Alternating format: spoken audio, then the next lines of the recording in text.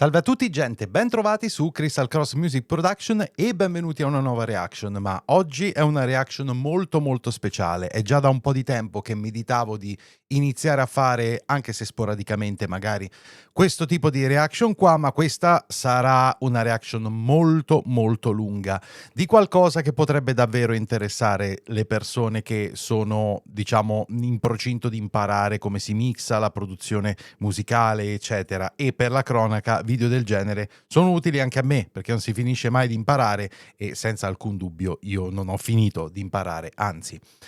Quello che vedremo oggi, ragazzi, è un video molto lungo di un intero mix completo di NOLLY GETGOOD, che mixa WILDFIRE dei Periphery. Ebbene sì. È un video di un annetto fa, che io ho già visto in buona parte, e credo di averlo visto tutto anche più di una volta, a dir la verità, in vari momenti, in vari pezzi, ma ho pensato di rivederlo tutto quanto insieme a voi perché io credo che sia qualcosa che potrebbe nelle persone triggerare esattamente quello che serve, cioè imparare come qualcun altro fa certe cose e farti vedere come, oh, ok, questa cosa potrebbe essere molto interessante all'interno del mio workflow. Oppure, se siete magari davvero all'inizio, avere semplicemente l'esperienza di vedere un mix dall'inizio alla fine è una cosa davvero preziosa e non posso fare a meno di tornare con la mente a quando ho iniziato io. E tutto questo assolutamente non c'era e vi giuro avrei pagato tanto all'epoca per avere accesso a cose del genere che oggi non solo ci sono diciamo pagate, no? Non solo ci sono tantissimi corsi da parte di personaggi e di mixing engineer di primissimo livello, ce ne sono parecchi anche di Kristal Cross, che è il mio personale mixing engineer preferito, ma questo qui che stiamo per vedere è gratuito su YouTube. E ce ne sono tanti di video come questi, quindi celebriamo la bellezza dell'epoca moderna, quante informazioni ci sono e quante cose belle si possono fare, d'accordo? Quindi, ragazzi, senza ulteriore indugio, andiamo a vedere per intero, praticamente 2 ore di video. Non lo fermerò perché sennò la reaction diventa lunga 3 ore, d'accordo? E interverrò solo sporadicamente per fare qualche piccola considerazione, mentre Nolly parla e illustra le varie cose. E vediamo tutto quanto il video dall'inizio alla fine. Siete pronti? Mettetevi comodi, cominciamo. Ovviamente come sempre, ragazzi, ci sono i sottotitoli automatici. Questo c'è, questo dobbiamo, diciamo, considerare, d'accordo? Anzi, però, facciamo così. Esatto. Pronti? Si va.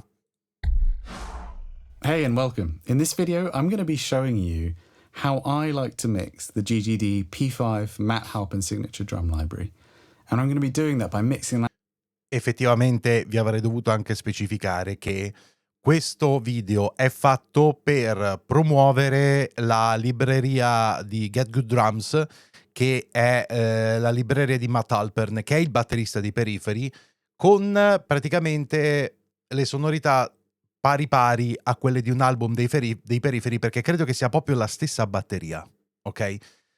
Quindi, niente, c'è questo, però di fatto si tratta del mix di WILDFIRE dei Periphery, che possiamo vedere così com'è. Certo, rifatto in buona parte, in alcune cose, però insomma c'è molto da ascoltare, ok? Non fermerò più il video. That library into an actual mix session from the Periphery 5 album mix. Esatto. I'm going to be working on the song Wildfire, which is the first song on the record, the first single.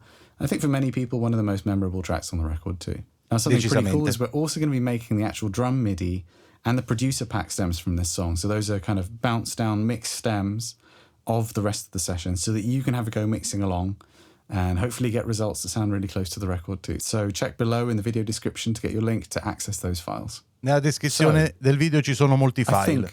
Il link al video originale è come sempre qui sotto in descrizione. So I'm using the second preset on the menu here. It's called Wildfire because it's the exact kit setup that we used on Wildfire. So it's the cymbal stesso selection, identico kit di Wildfire, the rack tom selection and the snare tuning. If you want to get more information about all of the different options which are available within this library, we've got a good walkthrough video on that you can watch as well, which will get linked. But But for now, I'll just leave it there, apart from to say that I'm using the turbo off preset. So there's not going to be turbo active on any of the channels. Again, if you want an explanation of that, check out the walkthrough video. In the mixer tabs, I have, for the most part, flattened out the faders. So on the cymbal page, you can see everything's at unity. On the tom page, everything's at unity. On the snare, I've left the snare bottom trimmed back a little bit. And you'll also see I've given the snare just a little bit of a boost in the far room mics, so rooms 1 and 2. And on the kick, I've done kind of the opposite. So yes, I've trimmed back the kick out, kind of left it at the default position, but I've also brought back the level of the kick drum a little bit in those room mics. So this is just to make things a little bit more hyper-real, a bit easier to work with. The kick drum can sometimes get a little bit too boomy sounding in room tracks, and you can have to figure out other ways of dealing with that. And likewise, it's helpful to have the snare cut through just a little bit more. Chissà se gestisce nel mix separatamente tutto questo. Preset. And then as far as the outputs go, I have got, coming down into È passato Logic, un po' di tempo quando l'ho visto, quindi non mi ricordo tutto. Kick routed out, so that's the kick in and kick out going to one channel. Then I have independent channels for the snare top and bottom, independent channels for each tom. Then when it comes to the cymbals, I've got the hi-hat on its own channel, and then I've put all the rest, the splash, ride, crash, ride, stack, sent to a spots, like a spot mic channel, followed by the overheads and mono tracks, each going to their own outputs. Ok, sì, ognuno i propri output per poterlo gestire in mix stereo room sound. I think next it would be good to take a bit of a zoomed in out maniera look adeguata, sì, at what's going on the master bus and on the instrumental bus, because for those of you that have followed my mixing tutorials in the past, you might be aware that I like to do something which I and many other people refer to as top-down mixing, although more recently I've kind of stopped thinking of it quite so much of that, not least because I've changed certain aspects of my signal chain, which we'll talk about, but also because maybe to me the purest form of top-down mixing would be to level all the faders as you want in the mix, listening to it with nothing on the master chain and on the instrumental bus, or no plugins, no processing active at all, and then start messing with the EQ of everything together, listening to it and making decisions on the EQ points and frequency boosts and cuts that you Molti use. fanno così. I don't do that. I have a really specific set of processing that I like to do. It gets thrown on every mix I do. So yeah, I'm just making a slightly critical difference there between me getting, che è un po' invece quello che faccio io. Choose frequencies at that point before looking at any of the individual channels, as opposed to kind of having like almost like a filter, like a preset that I'm putting on everything and then working from there. Subtle difference, I know. And you can call it whatever you like. But with no further ado, let's take a look first at the instrumental bus. So unlike in the past where I had some EQ added on the instrumental bus, I now just have compression. And to clarify, the instrumental bus is receiving everything apart from vocals. The only other thing that sometimes ends up outside the instrumental bus is if I've got a transition track, like say a stereo file that contains some sound effects or a little transition piece of music that's intended to bridge the gap between this song and the next. And that's already been fully mixed and everything, and it's just a question of, kind of dovetailing it in the session. Uso il mix Maybe bus that's not going to go through my instrumental bus. Per ogni strumento, per ogni gruppo di strumenti, session, tutte le chitarre, il basso, tutta la batteria, tutte le voci. The first one is e poi c'è il mix the bus. Slate VBC FG Grey.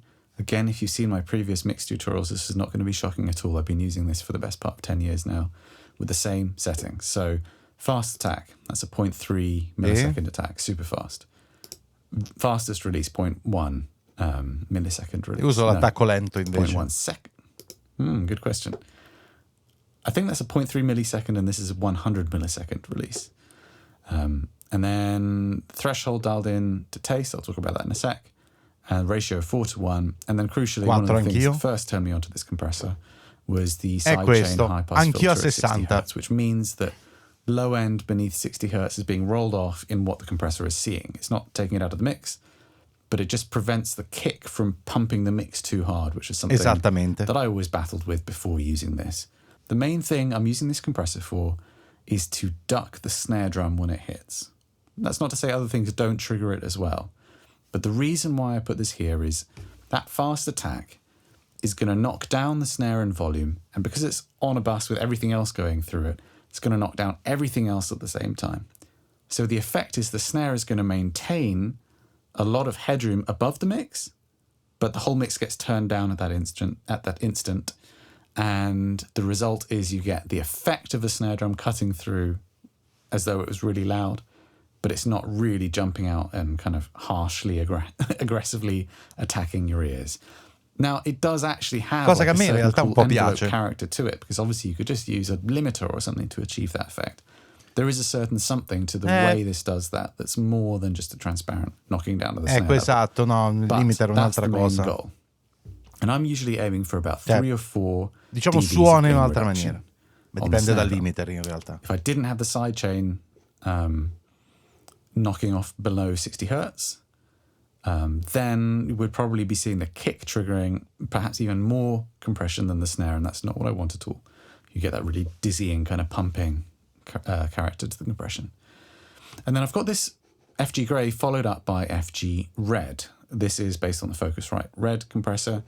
And this was intended, this is something I brought in for the Periphery 4 mix, so I probably went over it in the previous mix tutorial as well, where basically I wanted to blend a very aggressively pumpy compression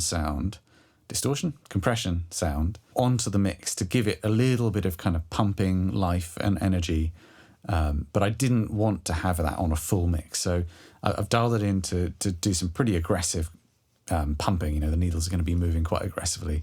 And then I'm blending in the mix so that it's just quite a quiet ok. So having waffled about that for a second. Questo compressore lo uso sul bus della batteria. You'll be able to see the meters moving on these. Ma il mix è al 100%. Idea of what they're doing.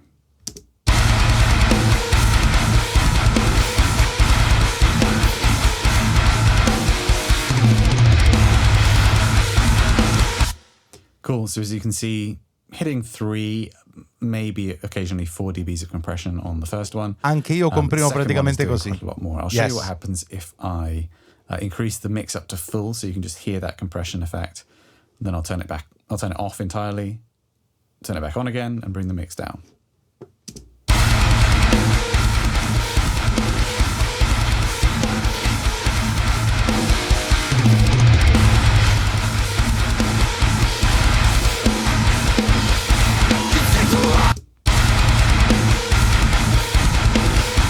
Preferisco senza, però è questione di gusti. It's subtle, yet it's definitely there. It's kind of sucking the guitars down esatto, on the, si sente on the molto. chugs and kind of making the whole mix interact in a certain way. When I turn it off, things arguably sound a bit more kind of pristine. Yes. But I like the energy which that is giving, and I've been using this kind of chain of compressors on my instrumental bus now for many years with great happiness. So that's what's on my instrumental bus. I'm mixing into that. I'm just making sure that my gain levels are right so that, you know, I'm getting about 1 dB of reduction on the kick on the FG Grey, 3 or 4 dBs of reduction on the snare, and that's how I know that my gain staging is pretty much right. Let's look now at the master bus. So let's start with the easiest to explain. I've got FabFilter Pro L2 in modern mode. This is on there to give level to my mix. This is the last thing on my chain. I'm boosting it 9 dB. Sì, il limiter è praticamente sempre l'ultima cosa. How many dBs of reduction are going on there? But I'm not aiming to squeeze my mix to any huge extent. I'm typically hitting around il mio limiter, il mix viene appena toccato. Tutto qualcosina ogni tanto, meno 1 dB. Se arriva a meno 2 è veramente raro. Once this gets sent to a professional mastering engineer, they still sound right, you know, after they've done their thing, making the track sound loud. So this is the one thing that gets bypassed when I send my mix to mastering. Esatto. Everything else remains in place. Just before that, in the chain, is this Slate virtual tape machines. This is another thing I've been doing for the best part of 10 years. Anch'io uso la tape machine sul mix, ma non questa. Just a little bit of glue, quella della a little overloud, bit of an extra low mi piace un bump. sacco. It does depend on where you set the various switches and knobs on this. As you can see, I've got it just set at unity, normal bias. I've got it on the 1/2" 2-track tape, so that would be your kind of master style tape, and that one in particular gives a little bit of a low bump, which is nice. The tape type, I like the FG456. That to me sounds a little bit more mid-range forwards than the FG9, which adds quite a lot of sparkle on the top. It's not a subtle difference.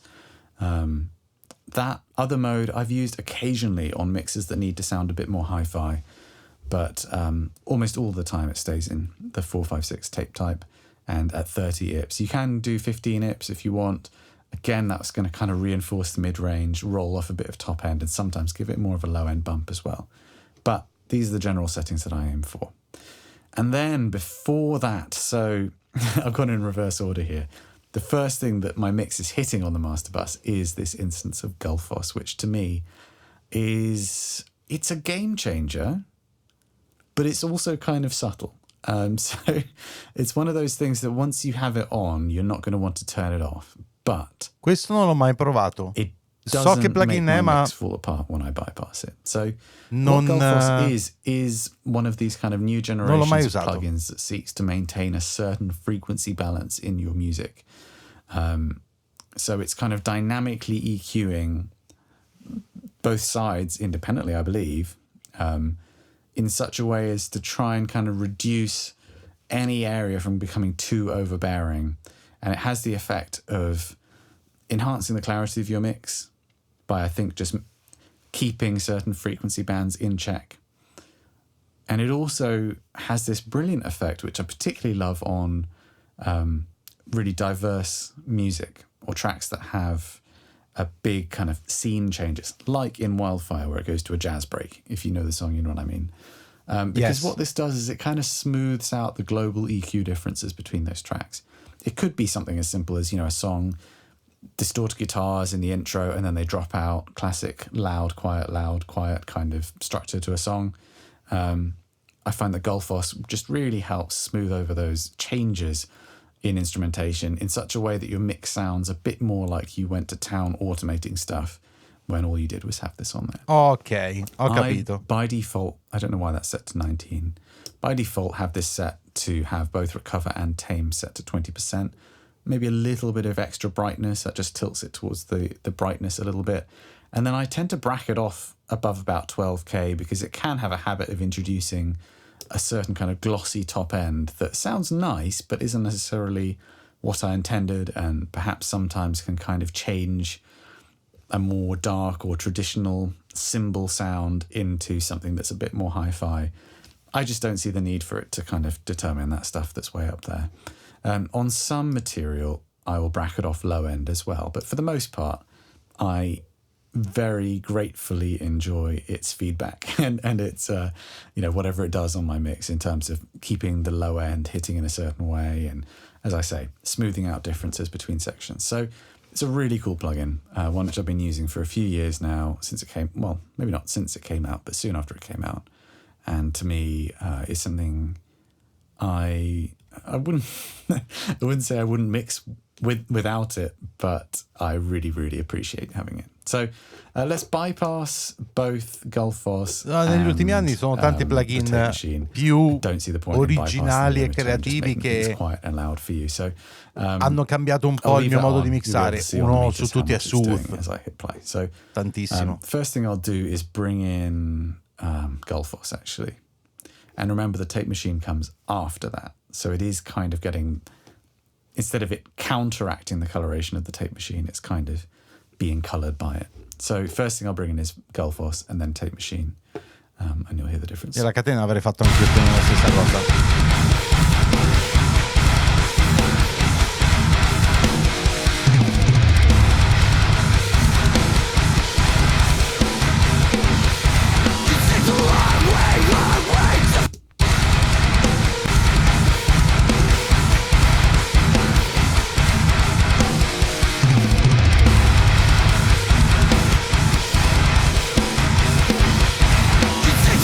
Way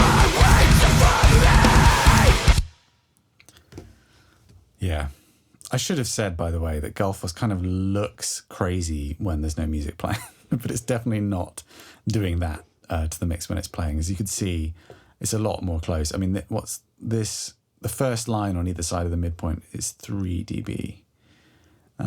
So a lot of the moves are happening within kind of plus or minus 2 dB, but I think it is quite transparent.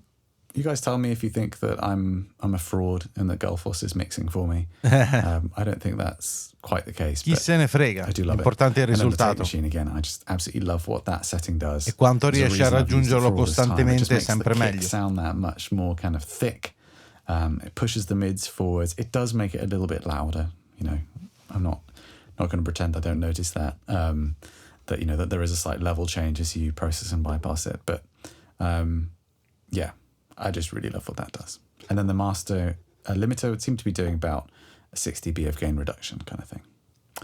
So that's what's going on a top level on my mixers. Let's start looking at drums. So, drum bus. È quello da cui inizio anch'io.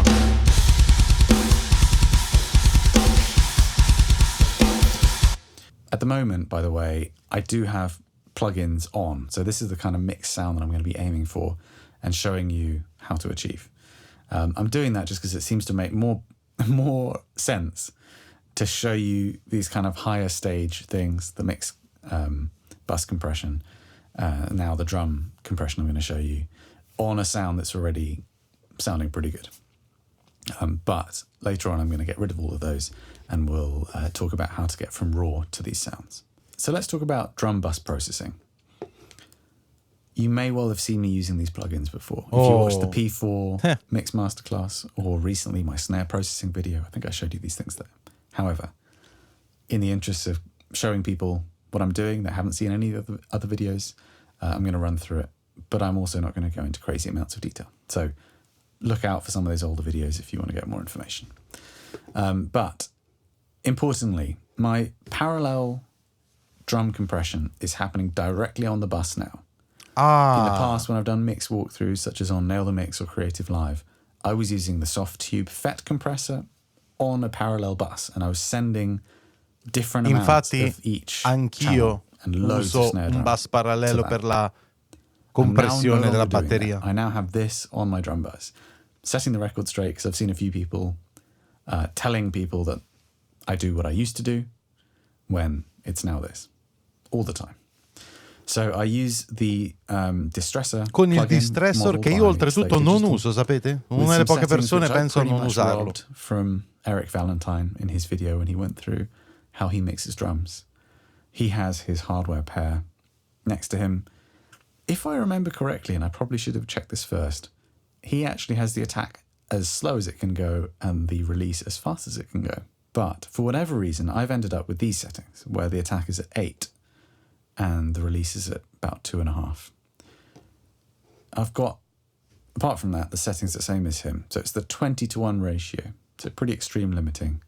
And in the detector chain, so the side chain, there's a high pass filter and this kind of mid bump or a band pass. I don't really know what that is. Ok, quindi anche but basically, the signal con il filtro sulle basse. Is not being Perché lui sta facendo non solo non sta facendo compressione della batteria, sta facendo drum compressione parallela praticamente. And that I think un is altro crucial concetto. to why it sounds so good. Io invece uso sia la compressione della batteria un pochino su tutto il bus, separate bus and send different amounts of sia la parallela. Is to be able to not get the kick making the bus compress too hard, or to be able to get the snare drum to trigger more of that compression, and this just does it wonderfully as is. I'm using the mix set quite low. I think here it's 32%. I'm usually between 25 and 40%. I try and get it level matched so that when I turn the plugin on and off, the level doesn't change too much, or the perceived level doesn't change too much. Just as a note, I don't know how true this is, but when I've tried to match these settings with a generic compressor, I found that at 20-to-1, I need to make the knee quite soft to match this. So something's telling me that although it's a high ratio, it's not a super hard knee kind of limiting style.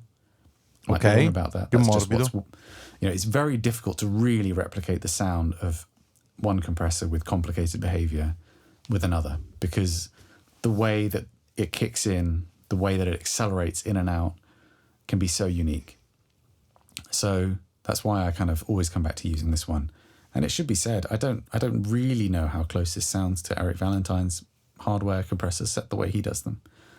But I've really gotten into how this sounds, and I use it all the time, as I say. And it seems that when other people try this as well on my recommendation, they seem to really like it as well. The other thing I'd say is that although the attack sounds like it's pretty slow at 8 out of 10, again, if I try and mimic this with a generic compressor, I find my attack time has to be pretty fast. Somewhere under 10 milliseconds, put it that way. Maybe closer to like 3 or 4. It seems that as you open it up to 10, there's quite a big change. So I don't know if that knob kind of increases exponentially towards the end. Sì, è vero, c'è uno sweet spot sull'attacco, sulla batteria, perché c'è un momento in cui il transiente risponde in una maniera radicalmente diversa quando sposti di poco. Instrumental chain. I used to EQ some 12K and some 5.5K and a bit of a 100-ish. Il custom series equalizer è bellissimo, mi piace un sacco. Into my whole mix. Uso anche la versione a 2 manopoli. And over time I've moved away from doing that. I just found that it's mostly my drums that benefit from those moves.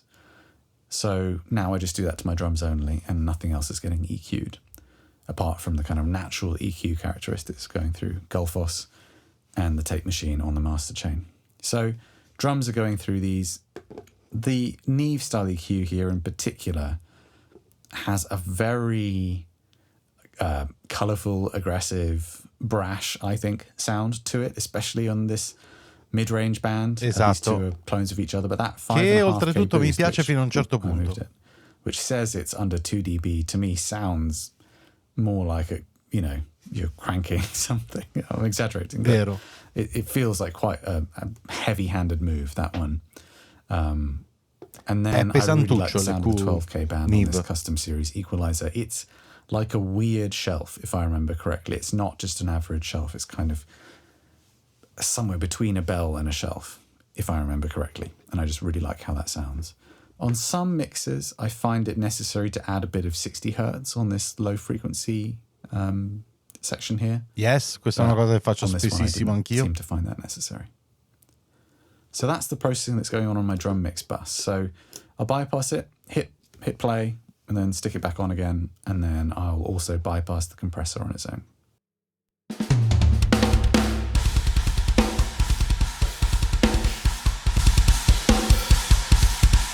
Ah, beh.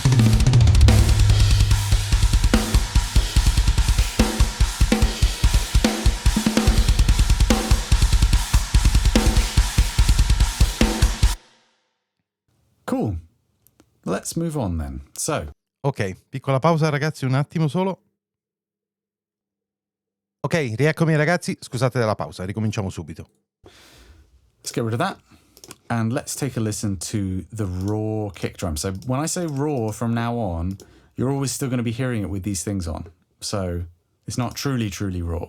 But ok, if you mix these settings, la cassa la sentiamo raw, grezza, then ma this will be the sound that you have as comunque con i plugin sul master coming out of Contact. And I'm just going to reiterate something that I say in every video, which is don't program everything super hard hitting. The kicks here are programmed at 99, 102, 100, round about 100 on the velocity scale here. And that's going to give us the kind of sound we want. Questa è una cosa che non molti sanno, io stesso facevo tantissimo questo errore. That doesn't necessarily mean they're kicking with all their strength either. Some drummers really work on that. They kick incredibly hard. I don't even know if that necessarily sounds good. I really like how Matt plays kick drum. He's not hitting it super hard. And in fact, the strength he's able to get hitting the rest of the kit comes out of the size of his body, the length of his arms, and his kind of whip technique with his hands. He's not really kind of tensed up, hitting really hard. It's this flowing motion that's just got a lot of acceleration on it. So he's not someone that kicks super hard, and I think he sounds better for that than a lot of other drummers. So let's look at some processing.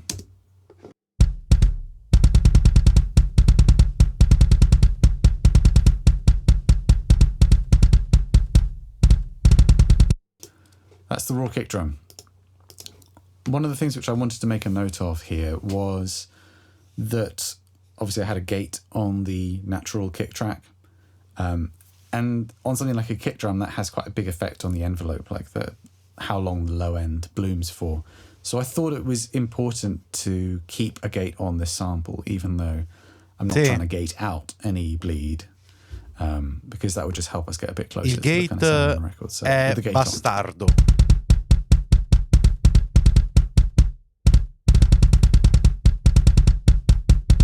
Io cerco sempre di limitarlo, proprio per questo effetto. Alla fine il suono cambia, o perlomeno la percezione del suono finale cambia.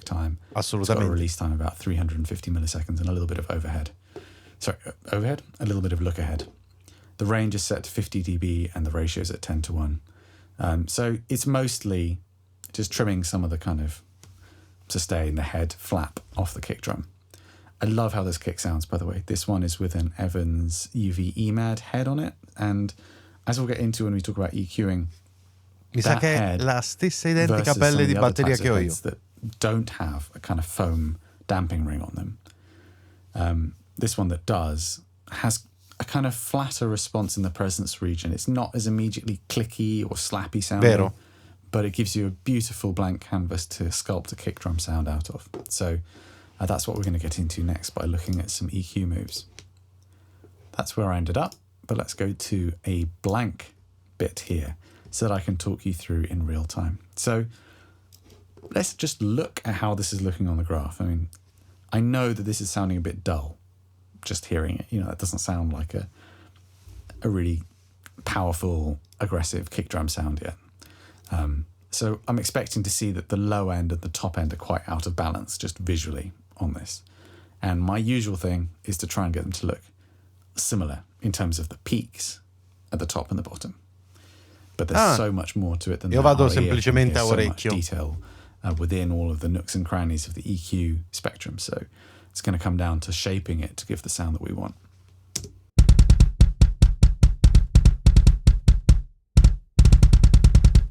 I can see, onestamente, firstly, there's quite a lot of energy above anche 100 così Hz, kind of between 100 è già and un ottimo 200. punto di partenza. And that's going to give it come this minimo. kind of slightly tubby character, which isn't really what you want once you try and start fitting other aspects of the mix around it. So, you know, getting the bass to sit in there well. So if we can trim back a little bit of that, it's going to give the kick drum this kind of deeper and clearer sound just by not having those kind of muddy frequencies a bit above the fundamental of the drum, which is something that we're going to come back to, by the way, once we get to talking about floor toms. So keep that in mind. But the first thing I'm going to do is I'm going to just make a cut somewhere in that 100 to 200 range.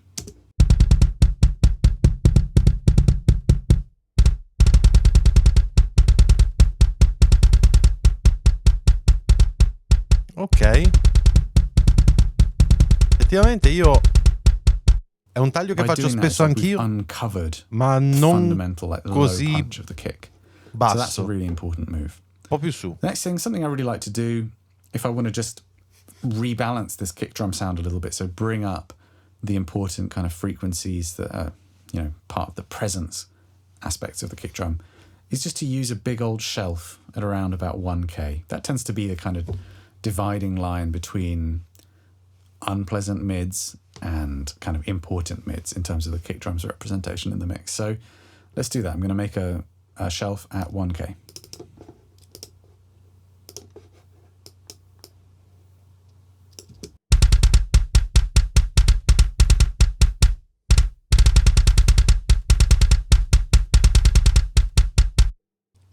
Così però pretty good, but the attack's a little bit kind of papery for me. Esatto, effetto paper.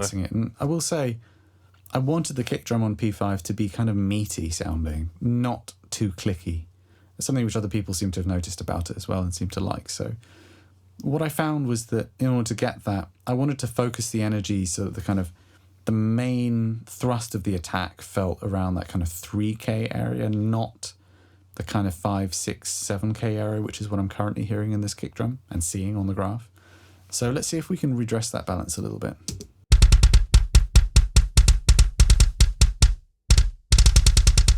Esatto, that's the stuff I'm not really 6000, esatto.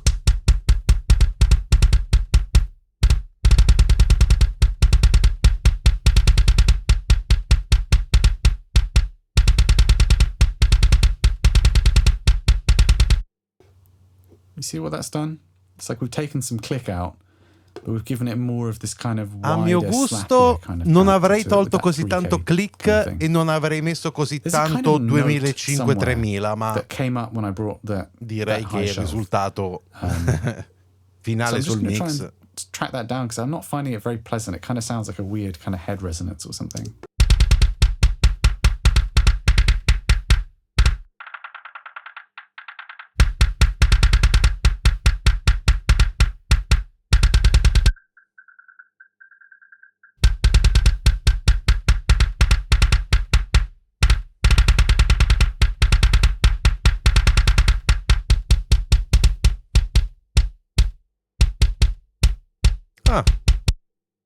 So that's sounding quite a lot better. And then sì, in something effetti which sì. I noticed, I made a note about. Questo taglio è interessante. Questo è un taglio che non faccio mai. Someone in the band, or if it was just something that occurred to me. But in order to kind of add to this meaty kind of slap, I found it was quite useful to pick out somewhere. You know, I might usually give a boost around kind of 1K or something, but this was a bit lower than that. It was about 800.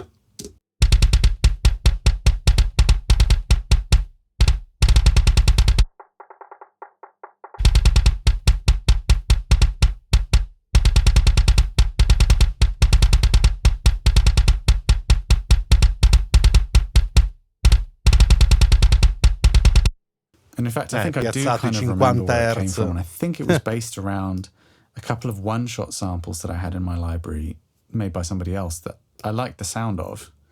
And it just seemed to have more in that area than I had. So maybe just a different mic or a different treatment.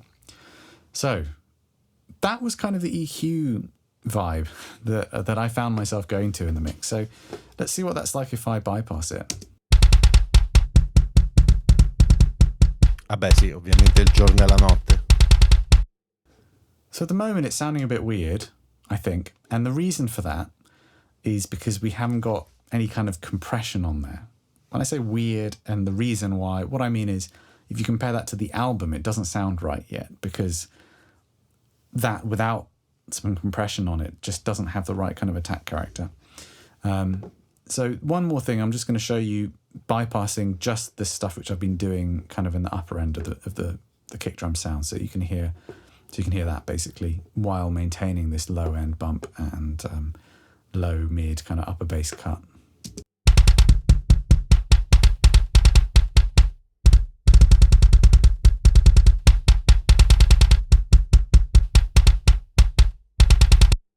So it's so much more slappy sounding. All right. Decisamente. So, usa il revival. Io prima lo usavo, poi l'ho tolto. The 3 plugins that come next. But first of all, I really like to use this revival plugin. This compressore shimmer ottico. band, really high up there in the EQ spectrum.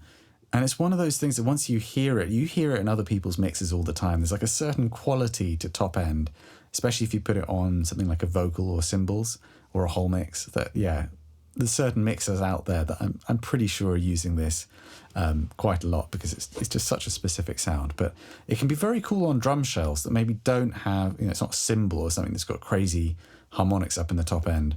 It can be a really nice way of bringing, it's not even click, it's something higher than that, that can just sound really lovely without adding to like the pointiness of the sound. So that's why I quite like it here. Again, this is something which I did on the album.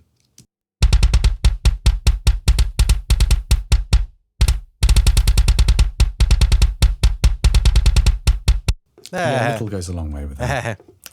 The next thing is to saturate the kick. And I chose to distort it quite a lot. Again, I want a meaty texture to it. By saturating it, we're creating lots of harmonics based on the frequency content of the sound. So that low end, if we add these kind of dense harmonics to them, it can just make it sound just thick in a cool way without having just lots of frequencies up around that, that kind of 200 hertz-ish range that make things sound boxy. La distorsione sulla batteria la uso raramente, ma se la uso è su tutto il basso. Just sounds a bit more pleasing, a little bit less pokey. And then that into compression can be really cool. So let's check out what this is doing. A volte distorco soltanto la compressione parallela.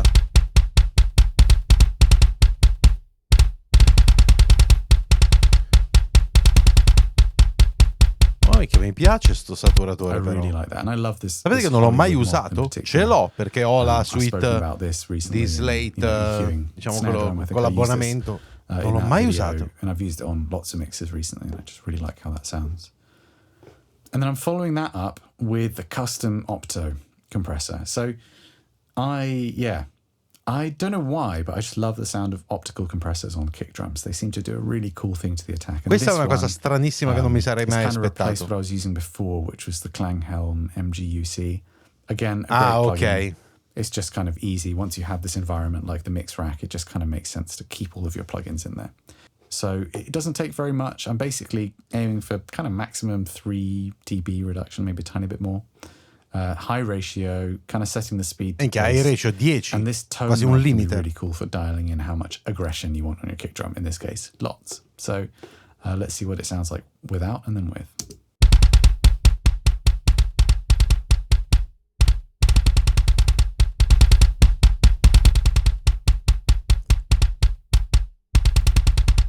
Su due piedi avrei detto che non mi piaceva, però sai che in realtà magari tirando un po' indietro il mix, kind of knocky areas and slappy areas of the kick drum are now being focused into a really short little impulse at the front of the kick drum sound, and it's just so satisfying on the ear in a way that kind of sounded a bit hard-edged and weird before. So let's listen to how that kick drum sounds in the context of the rest of the mix.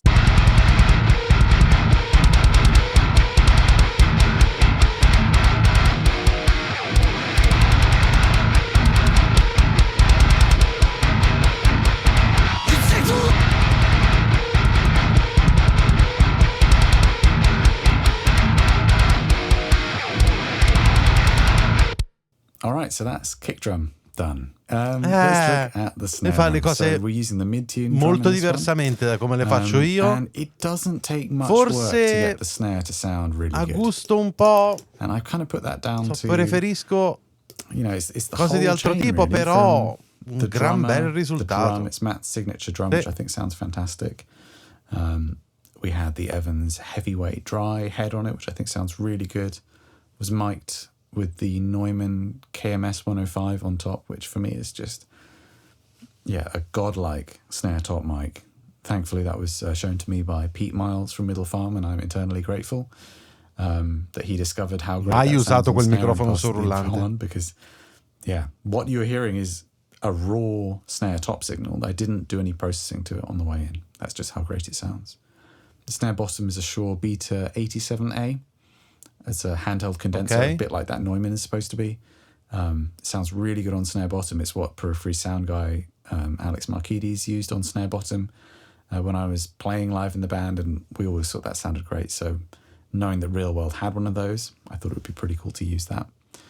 The raw snare, again, remember this is going through the EQ and parallel compression on the drum bus, but raw as far as I'm concerned. The snare sounds like this.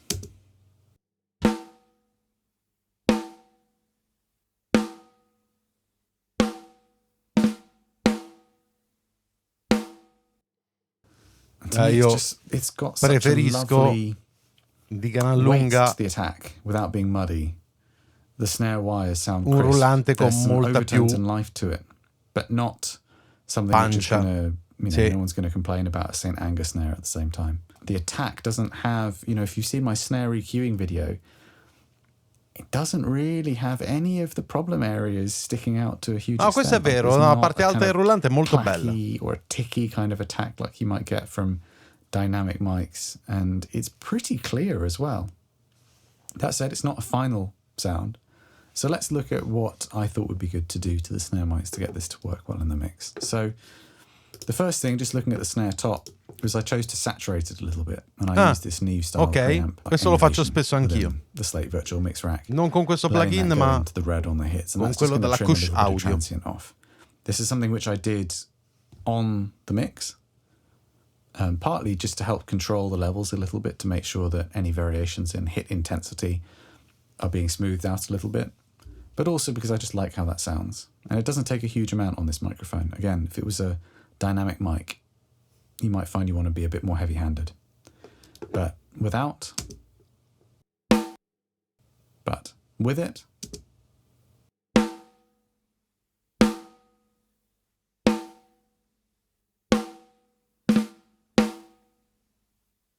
And then let's see EQ wise. Sì, sul rullante spesso, ogni tanto, a seconda del rullante, io ho messo transient simulatore del nastro, che assomiglia un all the po'. way down so that we can just hear just the attack portion and see how that might be getting affected. Let's also find a section where there's quite a few snares being hit. This ought to do.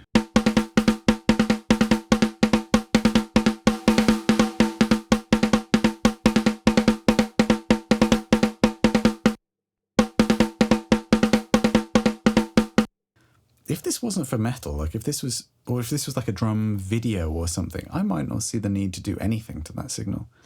But in order to just make it sound a bit more like a contemporary metal thing, I think it does make sense to kind of nip out a bit of this kind of 550 hertz area. So I'll boost it so you can see really what I'm going for there.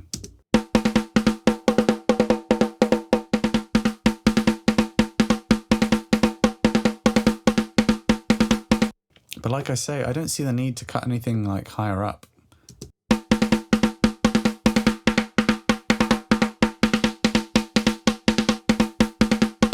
It's just such a balanced sound. And look, if anybody watching this works at Neumann or knows somebody that does, please make a short version of this microphone for use on snare top. I will yell about it from mountaintops to get that to be a thing. Please make it a thing. I will certainly at least buy one. Anyway, yeah, just that's all that really kind of sticks out as needing to be done. Let's check out the snare bottom, and I'm just gonna bypass this transient designer and then stick back on. La grandezza dei microfoni è una cosa che viene sempre sottovalutata.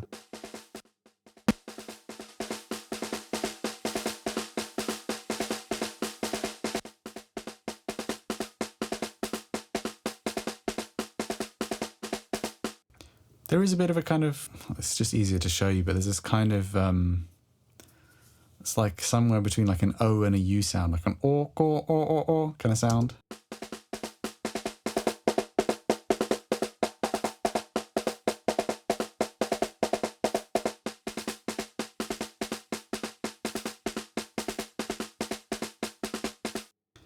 And then I feel like it could just have a little bit more brightness to it.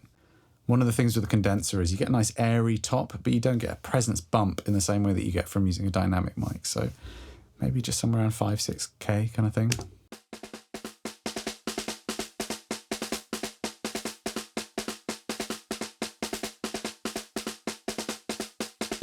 That's interesting. So that setting is what I had on the record, and that's what's come to mind now. So apparently my taste has shifted downwards, but I can't imagine that's going to make a huge difference. Infatti non è poi così lontano. Fa un po' di differenza, ma...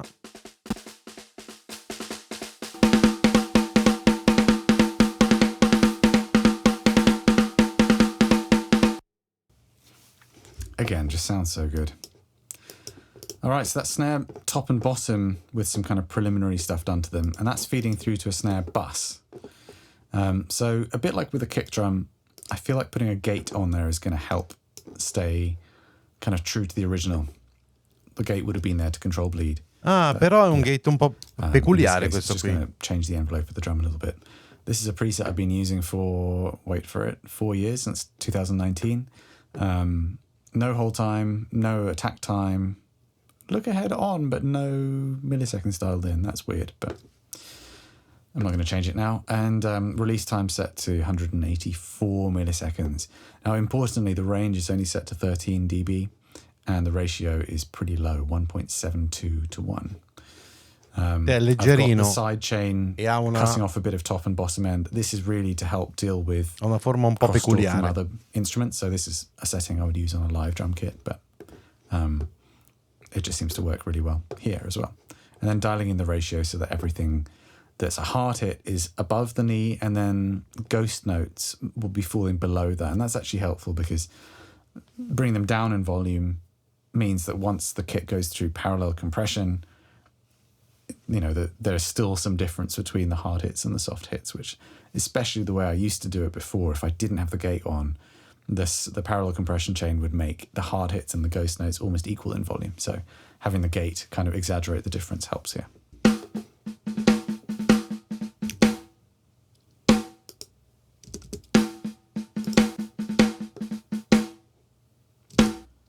Cool. You can just hear the gate kind of cutting off a bit of the tail of the È drum. come se avesse preso la coda e l'avesse abbassata di volume. And I'm not going to look at it for too long. It's gone. It's gone. I'm now going to EQ from scratch on the snare bus. So let's use the transient designer thing again. Sustain on 0, and let's evaluate the various ranges of the drum.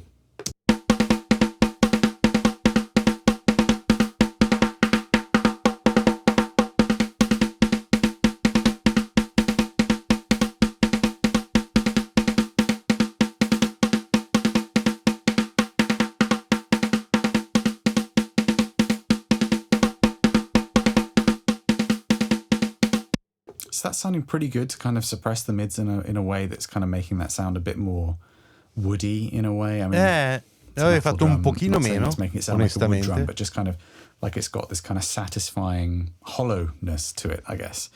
I'm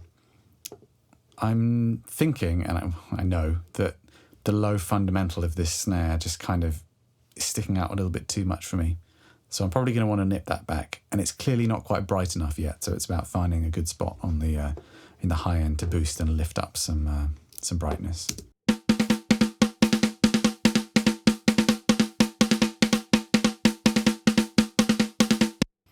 I'm going to turn the transient designer off at this point.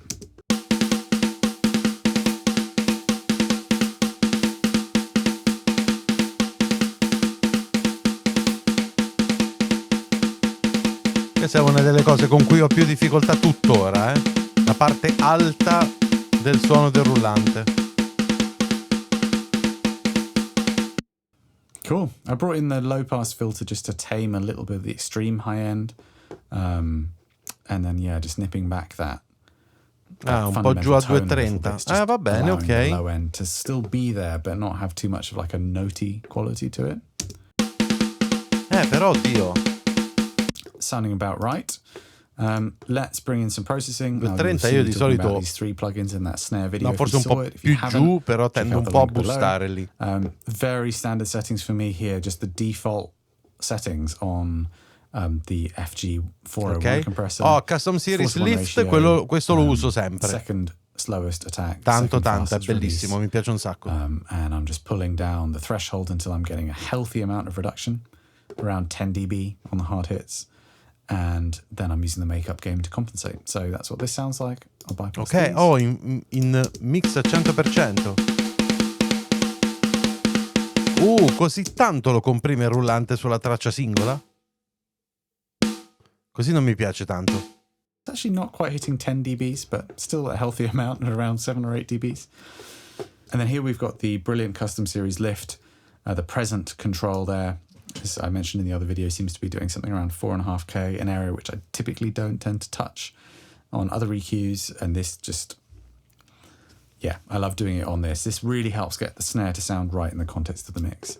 And then finally some saturation, which I'm using to trim transient off the drum and make it sound right in the mix without it being too pointy. So I'm going to, first of all, dial in the saturation, and then maybe we're going to take a listen in the mix as I work that high lift band there. Parte della saturazione che però mette prima, cioè mette dopo. Ok, quindi è compresso e poi saturato.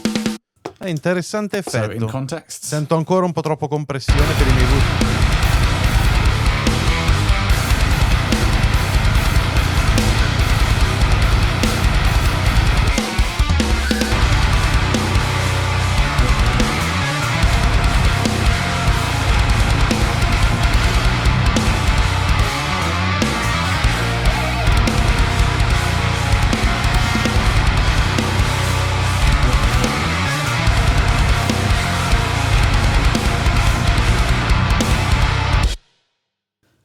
Yeah, that's sounding really good like that. Beh, mica male. Di nuovo, non è tanto il mio gusto, però spinge, insomma, I had quite a lot of assai. back and forth with Matt, the drummer, who felt like he really wanted to hear that rim shots sounded like rim shots, was what he was saying. Like, he didn't want the snare drum to become something like what you hear on a lot of modern productions, which is kind of a very fat, almost kind of pillowy attack. You know, he wanted it to sound more like it sounds when you sit behind the kit and hit the drum and you've got like that kind of stick attack coming through. So I think that's a little bit where this kind of presence lift thing came from. And also maybe not scooping out too much of the mids on the snare drum either. If you watch my other video, you know I was talking about how la cosa che mi disturba è tutta quella compressione. Io avrei sicuramente tirato giù il mix se non altro out of a snare drum. And it sounds really kind of modern. It sounds a lot like some really popular samples that you find out that have been around for a while. But it does tend to kind of scoop some character away. Like, it kind of makes drums sound quite similar. And also, I think it has this effect of you kind of get rid a bit of that kind of normal, organic, real sound of a stick hitting a snare drum. So you'll notice I didn't kind of go crazy with that.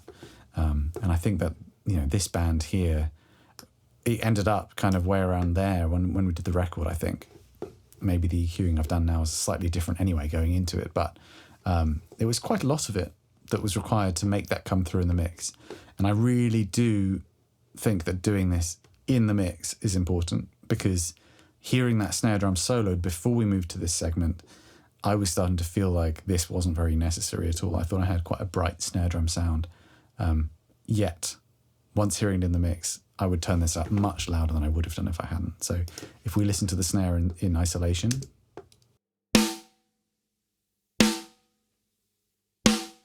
Sì. That's not as pleasant sounding to me as it was before. It's got this kind of sandpaper. Ma questa è una regola universale, direi. Really well in the context of the mix.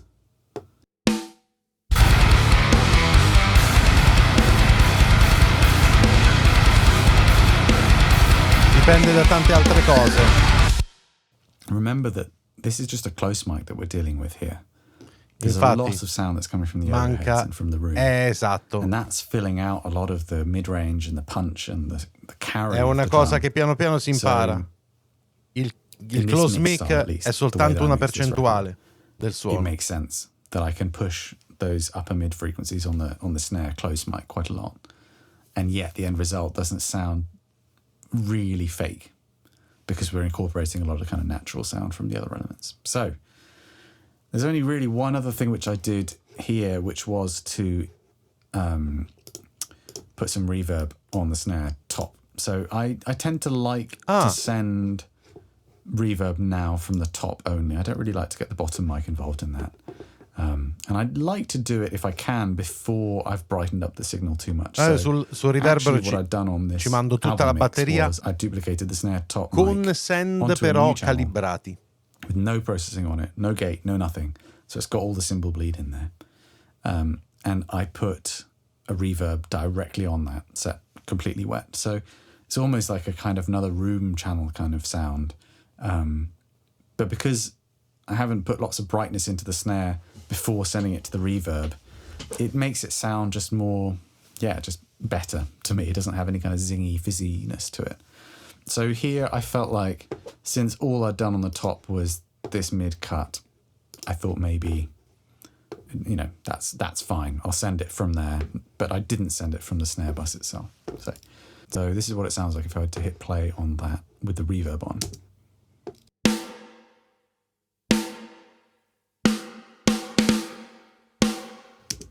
Non ho mostrato che riverbero è. Again, this is a reverb I've spoken about in a couple of other places and people have asked. It's based on a preset in Chromaverb called 80s Drums. Pretty sure I've modified it a little bit, but I don't know. You tell me. You look at the. Se avete Logic c'è dentro. It's a bit of. Se non sbaglio. Cut. And this, I think all of this kind of damping EQ is part of the preset. Io uso Valhalla. And then I'm cutting low end, so I'm sì, nel riverbero anch'io cut at about 200 hertz plus an taglio kind of bell cut around 200 hertz as well, just to take any mud out of it, make it sound. It's not airy, but it's kind of tubular and not muddy sounding.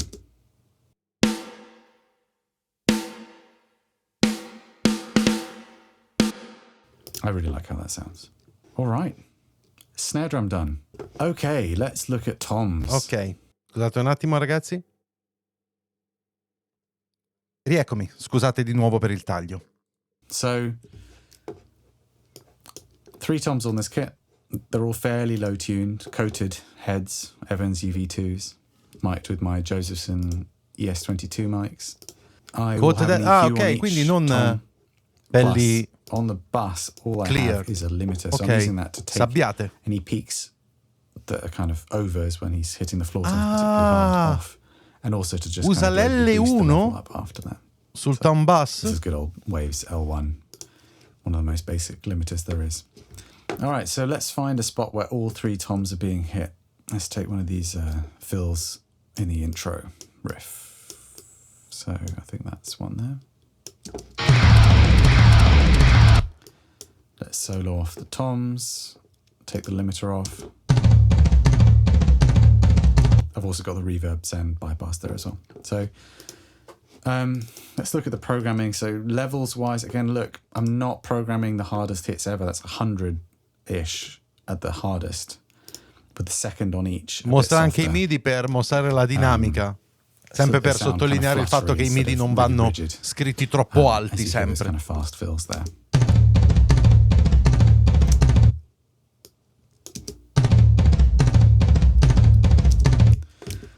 So let's check out the rack tom. And actually, let's do that transient designer thing again. I do use this on the kick as well, on the toms as well, to help figure out what's going on with the sound during that initial impact. I found it really useful. And something else which you can do, which I probably should have mentioned in that video, is use it to help compare your sounds to others. So if there's a processed one-shot sample that you've got in your collection that you didn't make, and you want to be able to capture a bit of that vibe. È anche per analizzare l'impatto iniziale del suono senza la coda. Ok, questa è figa. Anche senza poi utilizzarlo, the same source sound with the same, tune the same with the same overtones. So if you start making that stuff sounding the same, you'll frequently miss the point, which is if you can get the stuff in the attack portion to sound right, you probably get a lot of that vibe of that sample in your own sound, while it's still having its own kind of unique character in its overtones and sustain. So anyway, that's an aside. Let's use this. It's probably not going to be super effective because of how much sustain is on a tom versus a snare. You're probably going to hear some sustain, but all the same, it's going to help us get our ear in on what's going on attack-wise.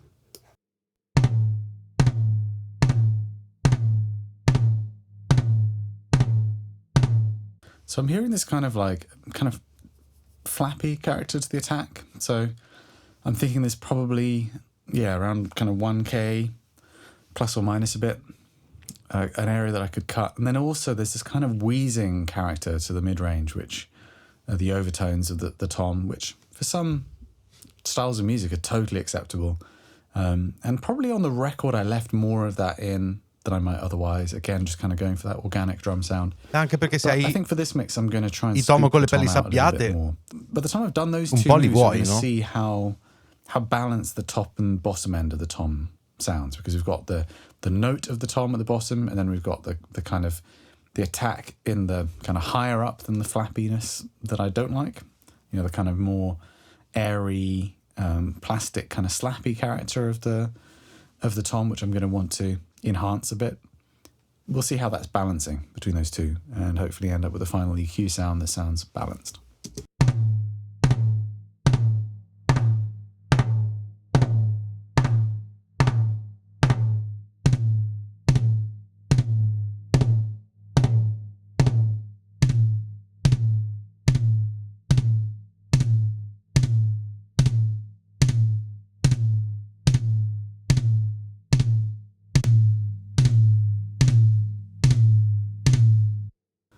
So I like the character of the drum, but the note is definitely sticking out a bit too much. So first of all, I'll see if I can just kind of use a high pass filter to tame that.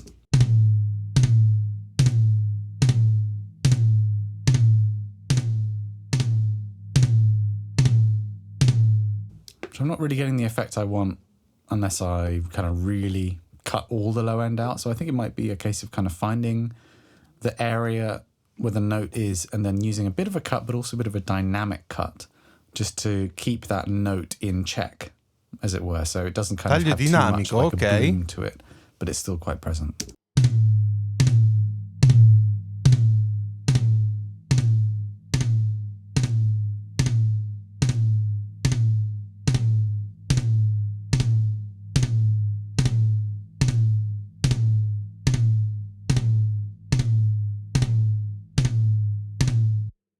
Sounding pretty good to me. Let's check per out tenerla molto più sotto controllo. So same kind of thing. I'll put the transient designer on.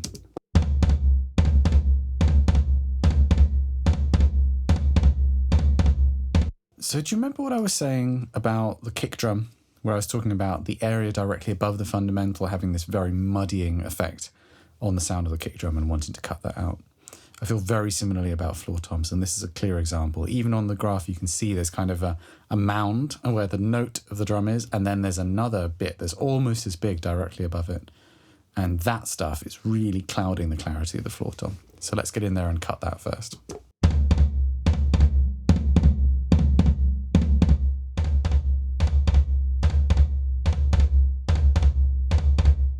Yes. So as you can see, I'm playing with the Q value and the depth of that cut to try and get the leggermente più su di solito, intorno ai 300. Yeah, again, a bit of a flappy attack. Let's see if there's anything we can take out up a bit higher.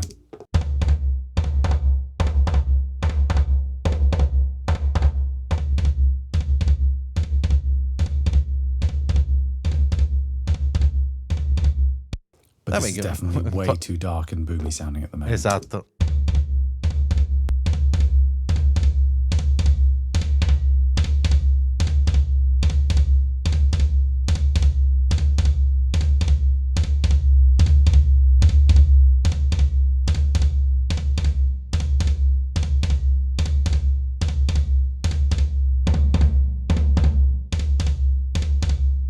Cool, that's pretty good. Floor tom 2. Ci tiene molto a tenerli sotto controllo, ma tanto. That first overtone there is almost louder than the fundamental. So by controlling that, I think we're going to add a lot of clarity to the sound of this drum.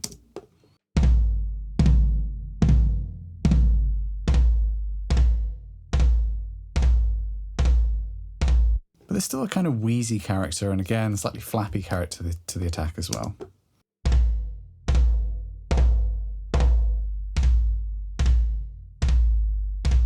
Ecco, quel taglio centrale a me non piace tantissimo, devo dire. Probabilmente ci sta. Lo farei un po'. A better sounding attack.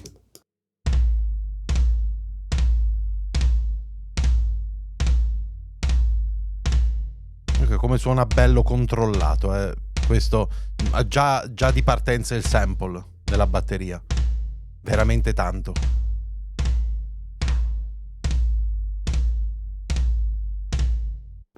Actually, I think it was better with a bit of cutting around there. So let's listen to the 3 toms together. Il primo è un po'. I feel like floor tom di carta. 1 perhaps could use a little bit more brightness. Oppure quello.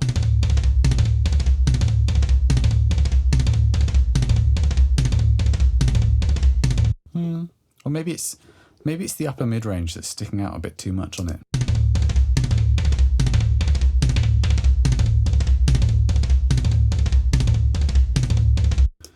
Cool. I always think it's worth checking all the toms being played together just to make sure that the attack is kind of sounding consistent between all of them.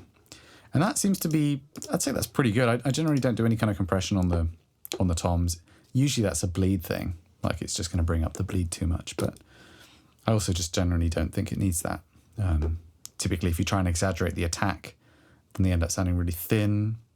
And if you use like a fast attack on a compressor, then you just make them sound really kind of bloated sounding. No, io effettivamente un po' comprimo I tom. Però in realtà for me most of the time. Poco. But I am going to stick this limiter on. That's going to make it a lot louder. So actually, let's go back to 0, and I'll just bring that in and then show you how I'm getting that level in the mix.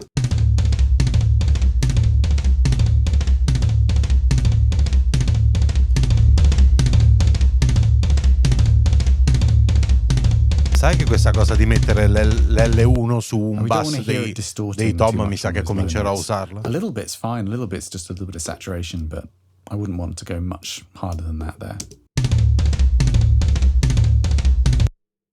And then che mi piace. In context.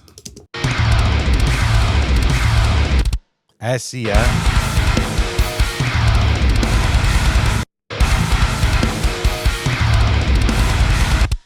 That's cool. And then some verb on there. Same reverb that I'm using for the snare.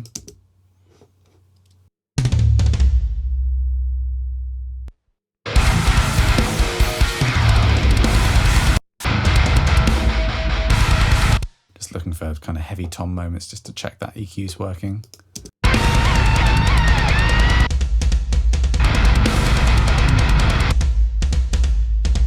Wow, that pre-delay on the reverb sounds pretty crazy in isolation on that. So maybe continuo a sentire un po' il peso di quei tagli automate down the reverb during that section. Nei medio altini che ha fatto. Secondo me stava meglio senza. Character to it. Però di nuovo è gusto questo, ragazzi. Like that, so.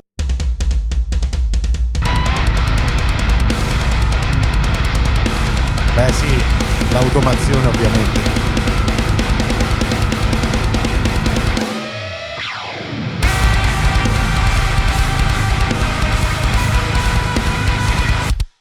All right, so that's che bomba di canzone. There's not too much more to do really. The rest of the mix is very basic. So the cymbals, I've bussed the hats, the spots, and the overheads together to a bus.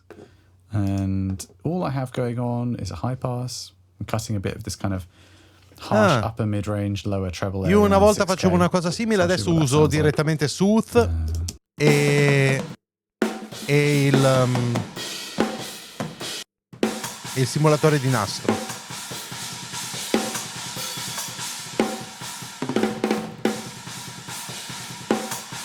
Just find it softens the sound of the cymbals a little bit in a pleasant way. I don't really like when they're too brash in that area. Esatto, plus, neanche io per that's niente. Going into that EQ that's però on my drum bus with the 5.5K con boost. Suto tieni il meglio dei due mondi, secondo me. This might actually be kind of compensating a little bit for that, but yeah, that's pretty much all I feel like the overheads need really in terms Anche of perché EQ. gli overhead prendono tutta la batteria e tutti i piatti. Quite heavy compression, so sui piatti Fab Filter Pro C2 compressione.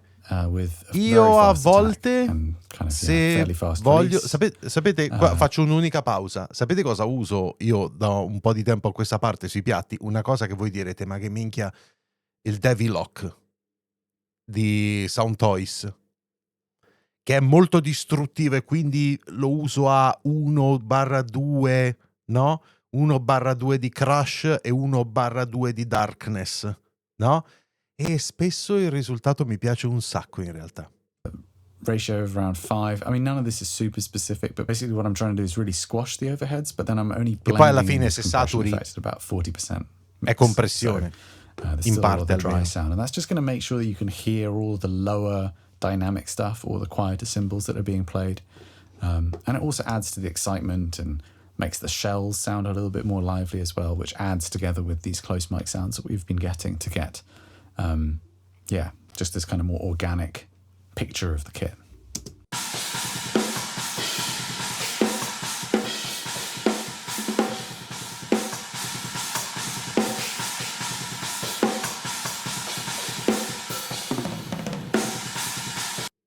So that's a setting which I like to use a lot. And this is followed up by Soothe. I actually have a preset if you have Soothe too, it will be in the menu as default. Nolly Cymbal Smooth, mi sa che uso qualcosa di simile pure io, esatto. I think maybe the default preset has the depth knob turned up a bit higher, but I tend to use it a bit more conservatively. Io però lo uso prima. And what Soothe does is it dynamically suppresses the overtones, like harshness in the cymbals. Whereas before it was pretty common for me and other people to go and like manually notch certain frequencies in the cymbals that were ringing through really loudly. With this, it just does all of that for you and you don't need to think about it. So it makes the cymbals just sound that bit more kind of final and polished, basically. Adesso lui ha usato anche l'equalizzazione, quindi come vedete è più leggero. Io lo uso più pesante.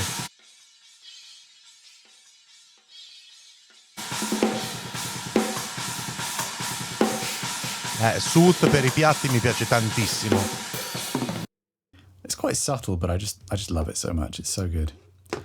So that's the cymbals bus. And then finally, so I decided not to use the mono room. I didn't use it on the record. Io sono uno di quelli a cui non piace per niente la mono room. Per la room io voglio sempre LR.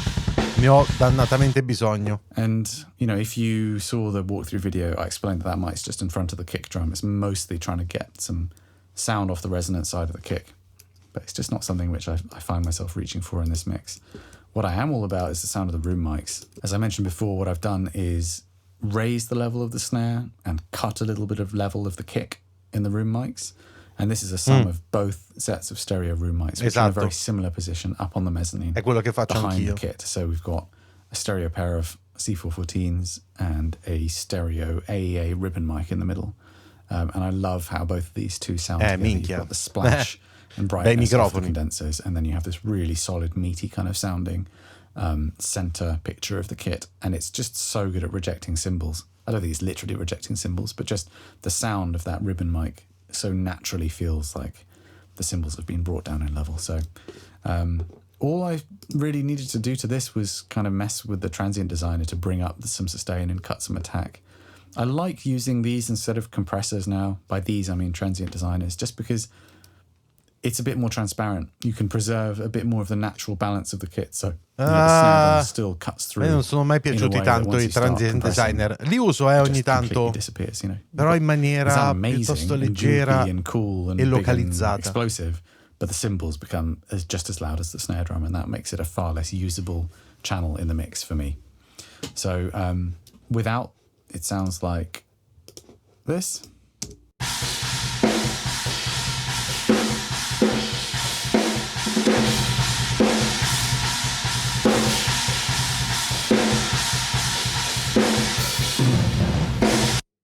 Something else which I like to do is send a bit of that to a reverb as well, just to make it sound a bit even bigger and kind of gloopier and more lush. So un po' lo faccio anch'io. Reverb send on there.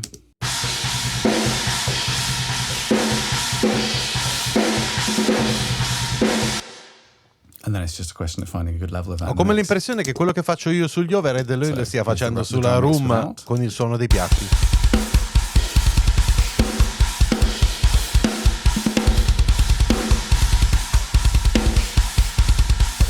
Questo è il suono di Nolly, è veramente molto controllato e tutto sommato abbastanza dolce, no? Sperle, ma diciamo con un che di morbidezza. Mentre a me piace un po' più di ruvidezza, a me piace nel sound.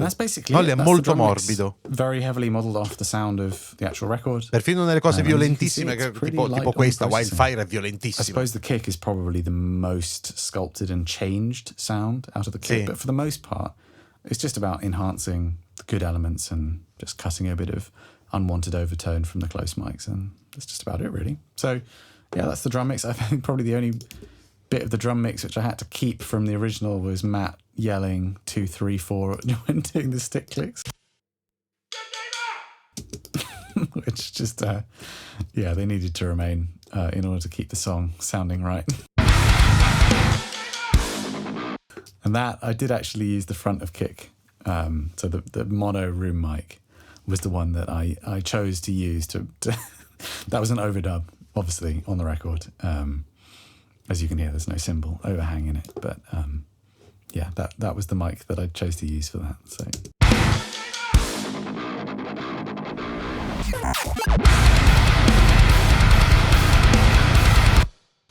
Che sperle. Sì. Right, let's take a look at some of the other elements. So, io uso un processo davvero tanto diverso con la batteria. E poi c'è il basso di Nolly, senti il basso di Nolly, madonna. Right, so bass. There's a bit of an elephant in the room as far as I'm concerned. Mannaggia. So, yeah. I designed a signature pedal with Dark Glass called the Atom, which I think is awesome. I recently used it to play on stage with Sixth, which was an amazing experience. I just had playing with them on stage at the Arc Tangent Festival. And I stand by it. I think it's an awesome product. it would have only made sense for me to use it on this record. That would have been the most sensible thing in the world. And yet I didn't. As it happened, I recorded the bass over quite a long period of time. I was recording direct, and I wanted just consistency, and I thought I'd decide on the tone later in the process. So I was monitoring using Neural's Parallax plugin, which many people will know in the production Oh world. sì, non ce l'ho, ma incredible sounding. L'ho sentito più volte. All-in-one Molto solution bello. for grindy bass Yes, tone. assolutamente. And to Devo be provare honest, quello di it just Spectre sounded so Digital. good and became such a part of the sound, you know, just sending my bounces to the band of my bass tracks for them to approve. Everyone commented on how great it sounded, and it just became the thing which I used on the mix. So, yeah, I kind of feel weird about the fact that I didn't use that dark gloss pedal, which I designed fairly close to working on this album. Really would have been the perfect outing for it, but I was just so happy with the Parallax sound that that's what I stuck with. So, aspetta, mi stai dicendo che quindi Parallax. il suono del Parallax è arrivato fino all'album? Ho capito bene? Va bene, questa è la DI. Ma senti come suona NOLLY. Senti, io non ho mai sentito una DI così da nessun altro. My raw takes it.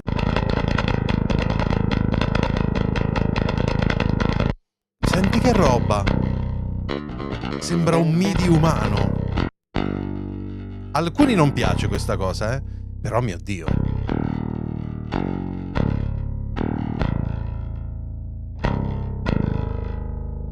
So I should point out, you know, this is an uncompressed raw bass DI. And I just want to make a point. Sembra If you're tracking a livellata. bassist or if you are a bassist, you should be aiming for the most consistency that you can possibly have for your bass track to sound audible and consistent and cool in the mix.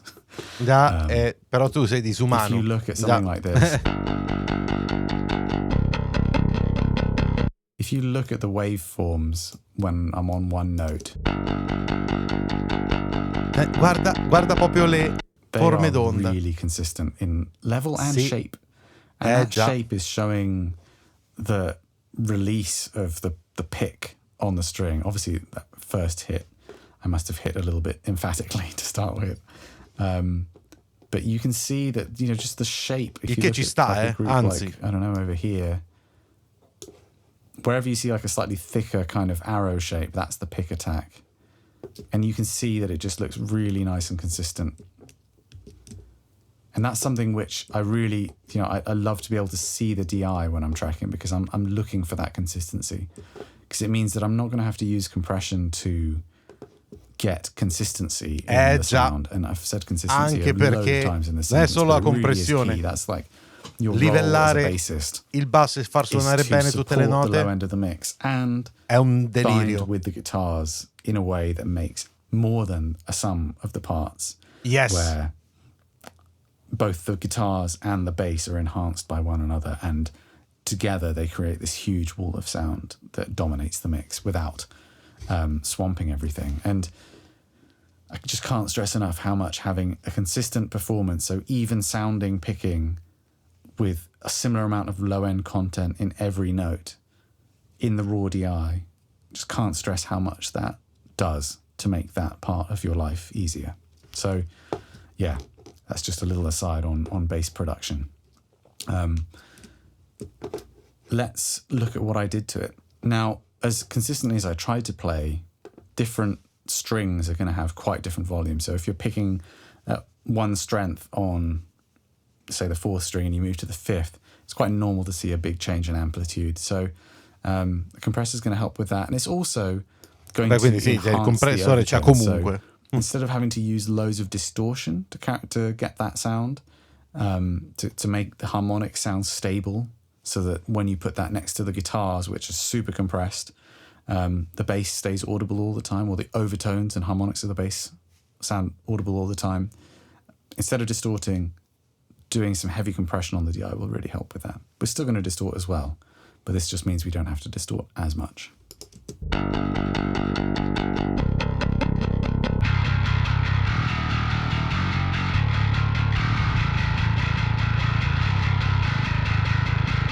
So parallax, I just think parallax is so good. I'm fully compressing the low band below 170 hertz here.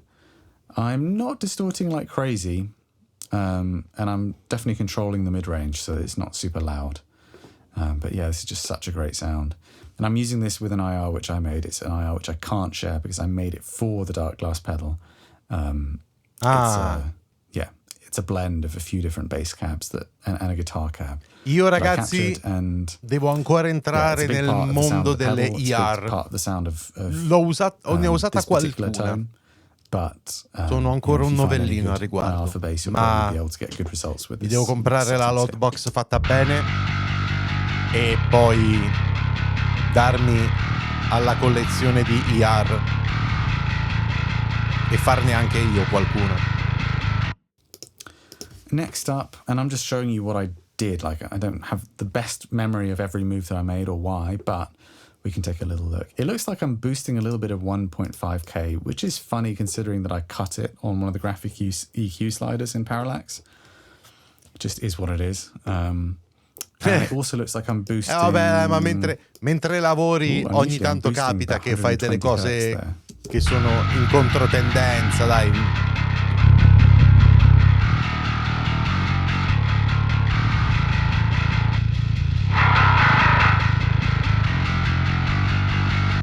I do find that range, kind of 1K to 1.5K, just so important for modern bass guitar.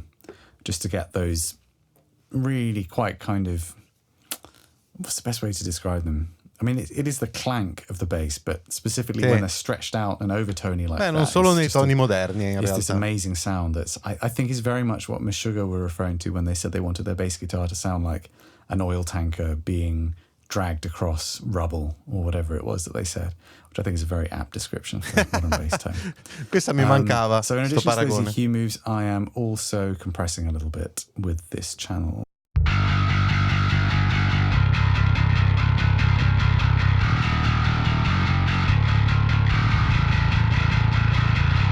So there's also a little bit of compression going on, and the expander is left on this preset as well, although the threshold is set pretty low. Yeah, 3 to 6 dBs of gain reduction there. Next up, avere un basso distorto non è troppo. Of FabFilter Pro Q3, so let's see what I was doing. So on the first one here, I'm boosting Perché due some istanze? 900. That can be a cool move. Vabbè, no, potrebbe avere senso, per carità.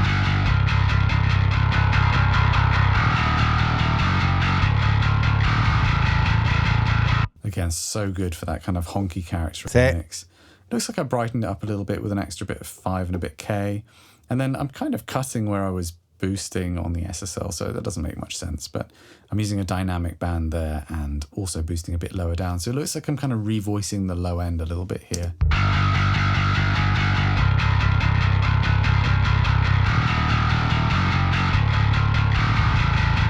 Really subtle stuff though, to be honest. And then it looks like I'm doing a bit more of the same here for whatever reason, and that I'm pretty sure should just be deleted. It looks like I'm, kind of doing a dynamic cut and boost at the same time around 120, and a shelving cut at about 285. Now, as I mentioned when doing the P4 mix walkthrough, in the heat of battle in mixing, when you're dealing with also client revisions and stuff, sometimes it makes sense to be doing things in a way where they can easily be reversed. Like, maybe if someone on the band said they wanted a little bit more like kind of thickness rather than low end on the bass, maybe that's why I brought in this second EQ here and boosted around there, but wanted to control it with a dynamic band so it didn't get too out of control. And then maybe fai prima a prendere un nuovo plugin e fare too far towards the low end, quello che I clienti hanno chiesto o la tua interpretazione I don't know if that's the reason, but it's easy for things to end up looking quite complicated when you come ma in back realtà and magari them sono fact. diversi But layer instead of di integrating all of these things into a giorni single di set lavoro. of EQ moves, it can sometimes make sense to have them in separate stages, so it's easy to be able to go back through when you're in the middle of the process and bypass certain things to see if you think they're better or not, rather than it being just a fraction of one particular EQ setting. So that's my excuse anyway. And then finally, I had track spacer on, sidechain to the kick drum, but basically I'm using it to duck a little bit. I've only got the ratio set to 11.5%. It's ducking below 80 hertz down to 20 hertz based on when the kick drum hits. So let's see what that sounds like.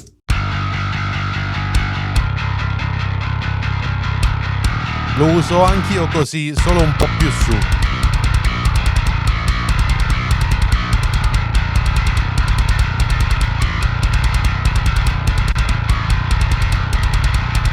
Sì,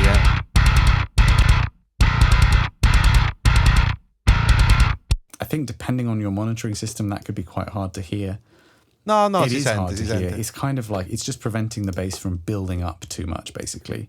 And especially, going from a section like these big ringing out notes in the chorus where you want the low end to carry and be solid, straight into something where there's more of like a kind of heavy double kick presence where you don't want the low end of the mix to get really crazy. I think it can be really useful to employ something like Track Spacer or a multiband compressor with a sidechain input, something like that. I think Track Spacer is brilliant though. So. Sì, io lo uso tantissimo that rounds anch'io. out the bass processing. Spesso uso Soot anche per questo, qualche volta. Lo sto ancora usando poco, ma penso lo userò di più in futuro per questo.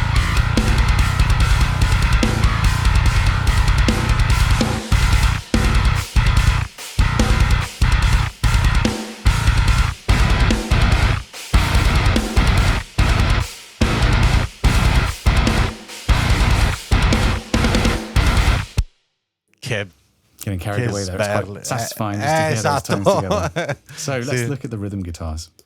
Vai. Sono curioso. I'm using what I was sent by Misha. And I don't know the full story behind these tracks. I know that what he sent me were different guitar tracks for different songs. This bus is called Neural Guitars, but that's actually just a hangover from a previous session where we had one set of guitars that were all live reamps and one that were all neural DSP generated tones. And we went with the neural DSP tones on that one. In this case, it appears as a bit of a mix because these top two are labeled Guitar 1 and Invective della PV. And 2 are Invective, so those would have been reamped through his PV Invective amp. This one here, Omega Gojira, my guess is that's going to be the Neural Omega amp with the Octaver from Gojira.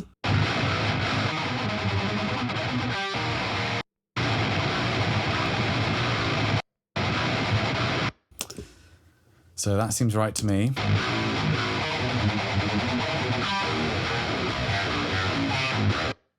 Going into this record, really high up my priority list philosophy-wise was to lean heavily into the tones that the band members liked and created. And I think these are cool guitar tones. And I mean, they're not necessarily tones that I would have dialed in myself or could have dialed in myself.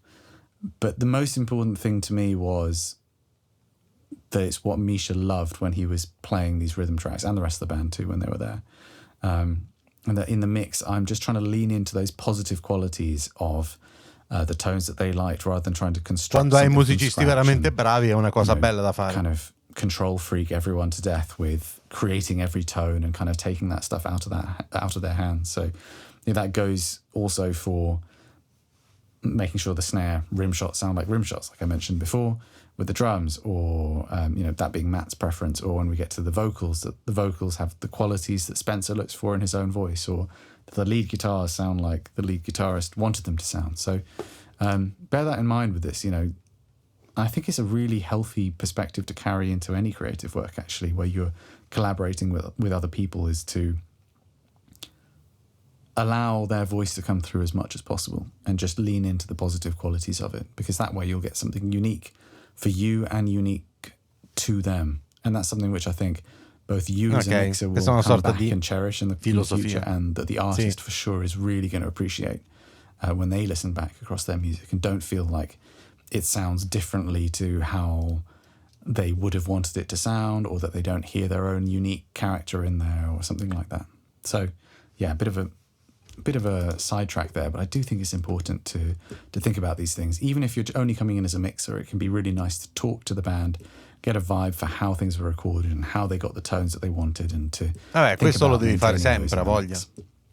So, yeah, we've got the first pair of guitars, which are reamped to the invective as kind of the core rhythm sound. We've got some octave guitar sounds, which are really just there to thicken the main tone. And then down here, we've got Omega tracks again. That could well have been reamped because Misha has an actual Omega Granifier amp. So that might not be the neural. It might be his actual amp. I don't know.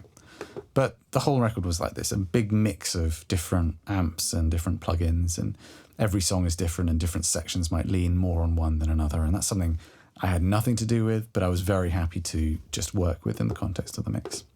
You'll also notice a few points where there's automated moves on what I've been sent, volume moves, which, again, I'm totally up for embracing and not trying to say I have to recreate all of that myself. So, for example, before the really genty section, when the intro riff comes back, you can see that one guitar there gets bumped up hugely in volume.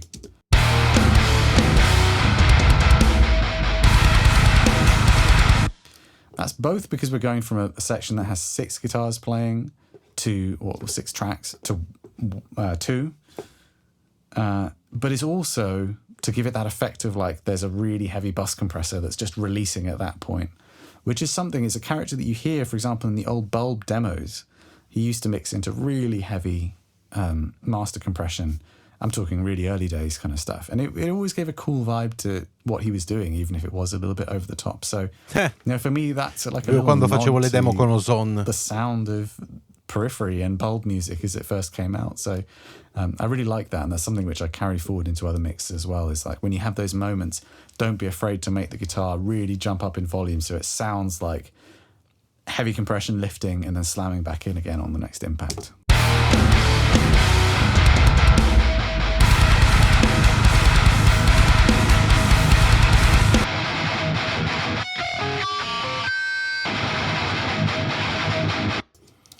E se poi suoni così, gent, guys. That is gent. That sound where you're really hearing the 5th in the power chord, kind of more than the root almost. That's for me what gent is. And it was clear that Misha was really going for that on that section. Like that. Sorry, I'm going on such a diatribe here, but that, the 5th. Yeah, that's gent. Okay, cool. Let's get into what I actually did to these guitars. So they're all just at Unity, left with the levels that he sent me. I'm using a gain plugin, just to trim back, because these are all pretty hot tracks before any processing. Then I'm using our GGD Zilla software. Now, this is a setting that Misha used when he was tracking, and it seems to be a sound that he really likes. So again, instead of me coming in and ok, quindi è ancora parte del suo suono questo. I did try, and we tried using Kali and some other impulsors, Kali being a GGD plugin, Mesa Boogie Cab Sim, and we in the end decided, although there were good sounding options, that it was better just to run with the one that sounded like Misha and how he intended it to. So you can see the settings there. You could copy them if you want. I've got the master EQ on. If I was to take off any of the processing that comes afterwards, the guitars still sound very much in the same vein.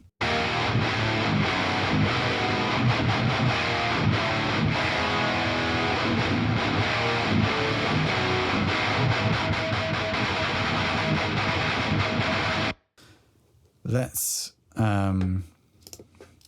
look at what comes afterwards. So next up is an EQ. This is also something which I got from Misha. Okay. This is the EQ curve that he liked when he was mixing. So I just kept that in place.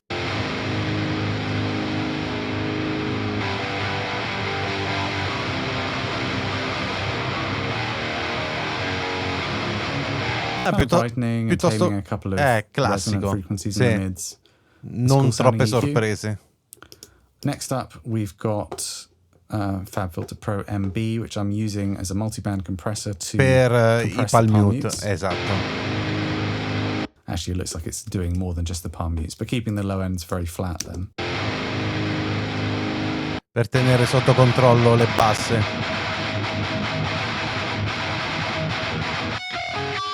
You can see it's kicking in just on the chugs.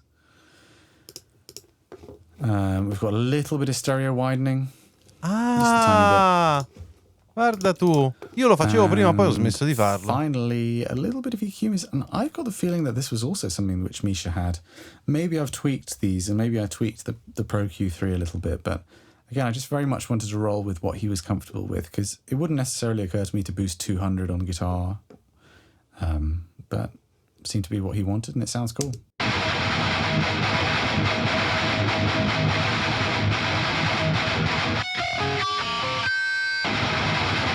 So that's the guitar tone. And if I were to put that with the bass.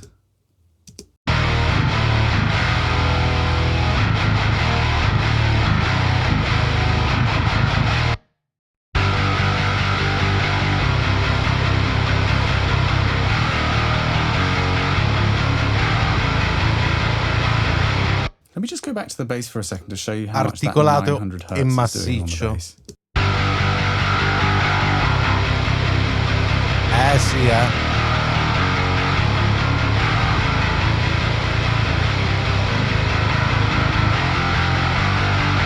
mean, 900, 1K, it's all kind of in that area, just does so much to bring the bass forwards and make it sound so just hard. I don't know how to describe it. It's so like, so clangy and amazing sounding.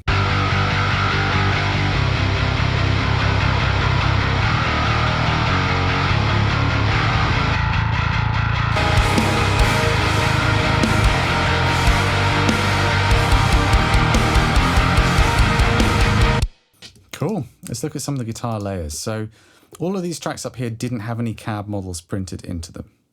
We did that deliberately, or Misha did that deliberately, so that if we did want to mess with the cab sound, we could. However, for the layers, I told him just to go ahead and print in the cab sounds he was using. And by layers, I mean lower gain stuff, ambient effecty stuff, leads. Ok, questi... That's what we've got here. Se hanno un effetto importante, le registri proprio con l'effetto. A volte. No, that's also got ambience printed into it. That's not something I'm adding. I'm literally just got an EQ on there and I'm trimming the gain. And I like that. Again, I like to work with that kind of thing where, you know, the artist has decided how it should sound and it's just my job to mix it. I'm not trying to engineer something fresh. So that was the solo I happened to click on, but I think we'll find the same is going on everything. Yeah, it's just EQs, if anything. Actually, a bunch of these don't have anything on them. Ambient guitars, one, washy lead, jazz guitar, no EQ on any of them. Zero plugin alcune. It's literally just level. Proprio prese.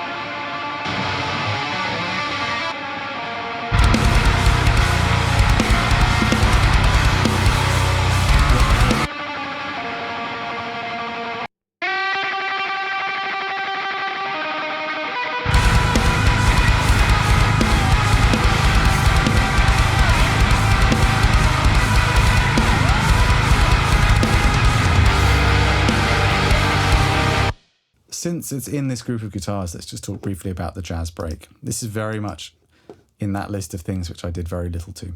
The jazz drums came from Misha with some pretty crazy kind of glitching effects on them. He created this, I'm pretty sure, with the GGD Benny Greb library.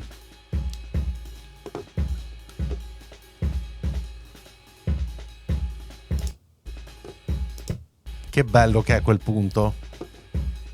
Sembra non c'entrare niente, ma per qualche ragione ci sta benissimo. So sì. It looks like I treated it with the good old Corniff talkback limiter, which it seems I'm using more for the tone than for the compression because the compression's off, but it does have quite a specific sound to it. So yeah, that's on there. And that's it. As far as the bass goes, he sent me some programmed bass, I think.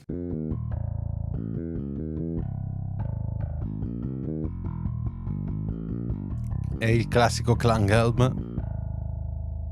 Just controlling the low end with a bit of dynamic EQ and compressing with some fairly light, very Muse style compression here from MJUC.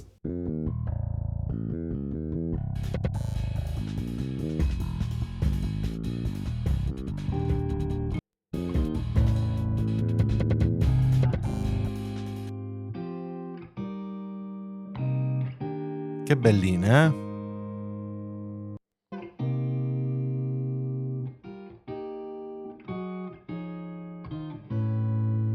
I'd have to ask him, but I'm fairly sure that's got some room impulse on it, either from the Zilla program or from the GGD Gold Stack cab plugin.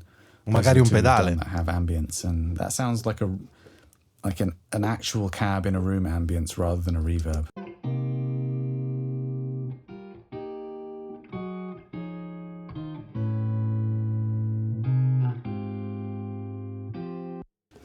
So we've got guitar, bass, drums, there's the piano.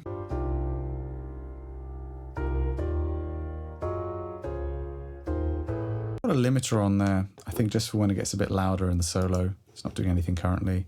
Cutting some mids and trimming some gain.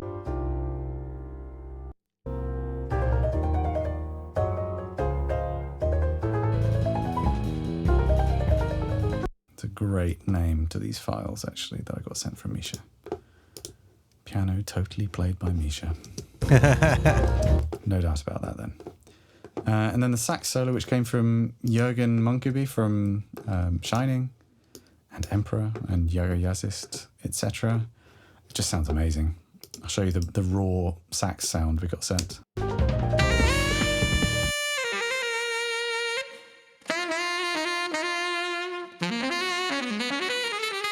He's a really good engineer, so I'm sure he put loads of stuff on there. You can see from the way it kicks in at the start, there's some, just looking at the waveform, I mean, you can see there's some pretty heavy compression on there, which I found maybe a little bit distracting. So I decided to use Spiff, which I just love. I love this plugin so much for cutting transient stuff in a way that sounds really smooth and natural. So this is just smoothing out those impacts. If I Mai usato show you questo? without, well, that's with, this is without.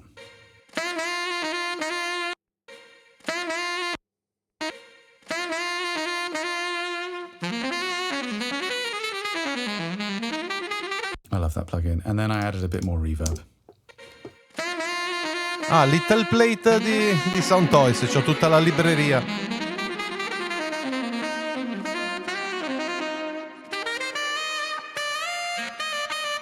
I really love this reverb too. I love Sì, how simple è molto it is. bello. I find myself reaching for this quite a lot if I just want a nice ambient enveloping sounding reverb. Senza troppi problemi, esatto. And that's all of the elements. No, it's not. It's not all of the elements of the jazz break, but nearly. There's some breakbeat drum.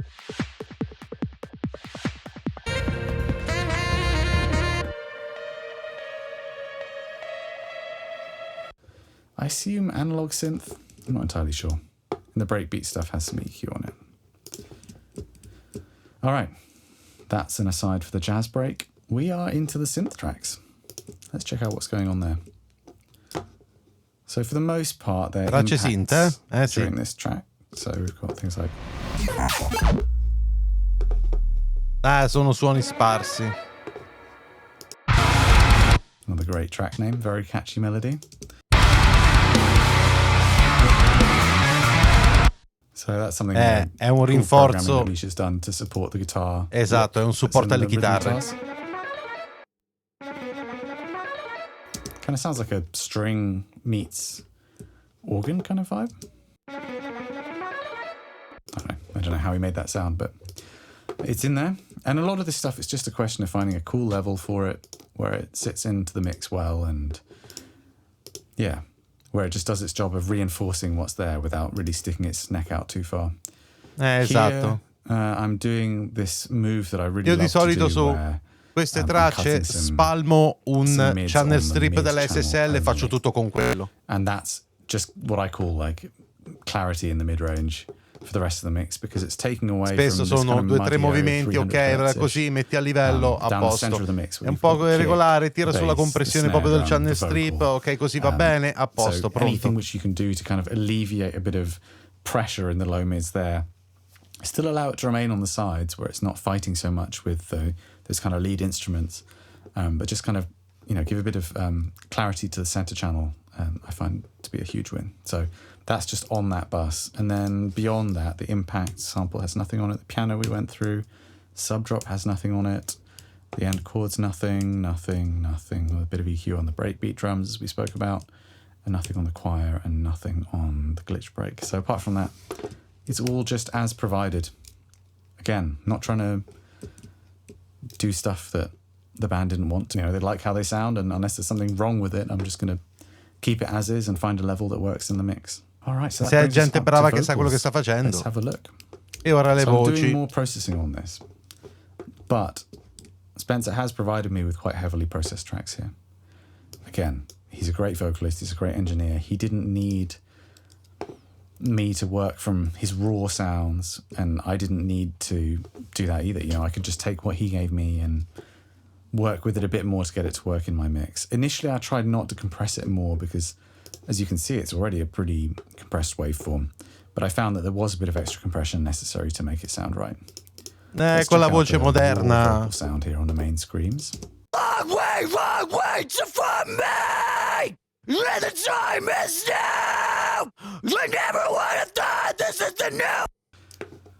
So there's a bit of like a kind of howling frequency in his voice, like long way to find me. Would have thought this is the new me. And what I found is I wanted to cut that with a dynamic cut kind of thing, but at the same time it then made the voice sound a bit too kind of weirdly scooped. So I came up with this move that I quite like and I've used a lot since, which is to do a kind of narrow cut, sometimes dynamic, and then do a wide boost in a similar area so that between the two, things stay, I don't know, stay really musical sounding. If I bypass those moves and then show you what it sounds like with them on. Long way to find me.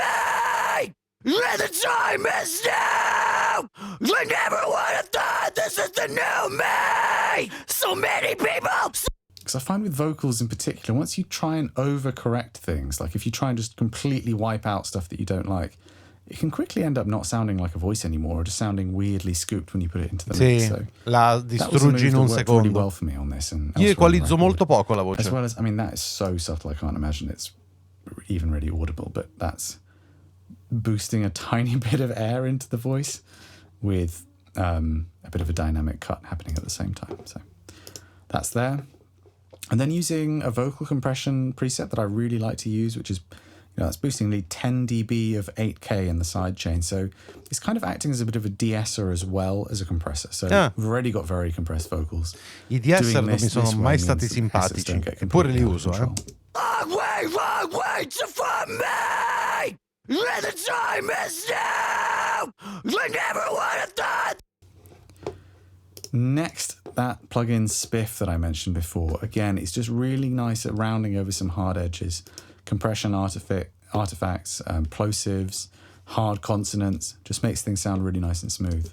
You take the long way to find me. And the time. If I show you the delta so you hear what's being removed.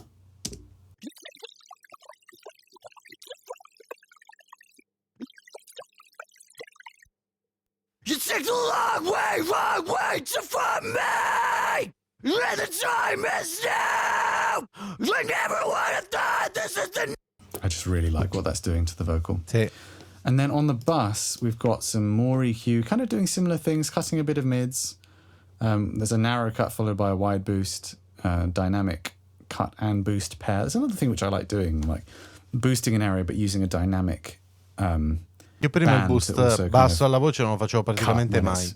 In action, you kind of get back to Adesso flat again, but ho ricominciato un po' a farlo. Controlled, as well as cutting a little bit of 2K. A lot of this stuff, I mean, I couldn't replicate it exactly, you know, for a second time. It's just stuff which happened during the mix, reacting. I had a lot of back and forth with Spencer during this mix process, making sure that he was happy with his voice and getting it to sit in the mix just right. So, you know, a lot of these things were specific to his feedback as well. So this is what it sounds like with the EQ on the bass. You take the long way to find me. And the time is now. I never would have thought this is the new me.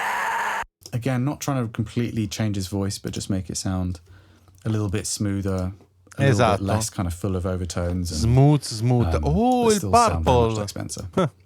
Next, we've got some stereo compression here. I'm using, I love this plugin, the Purple Audio MC77. It's such a great sounding 1176 style compressor.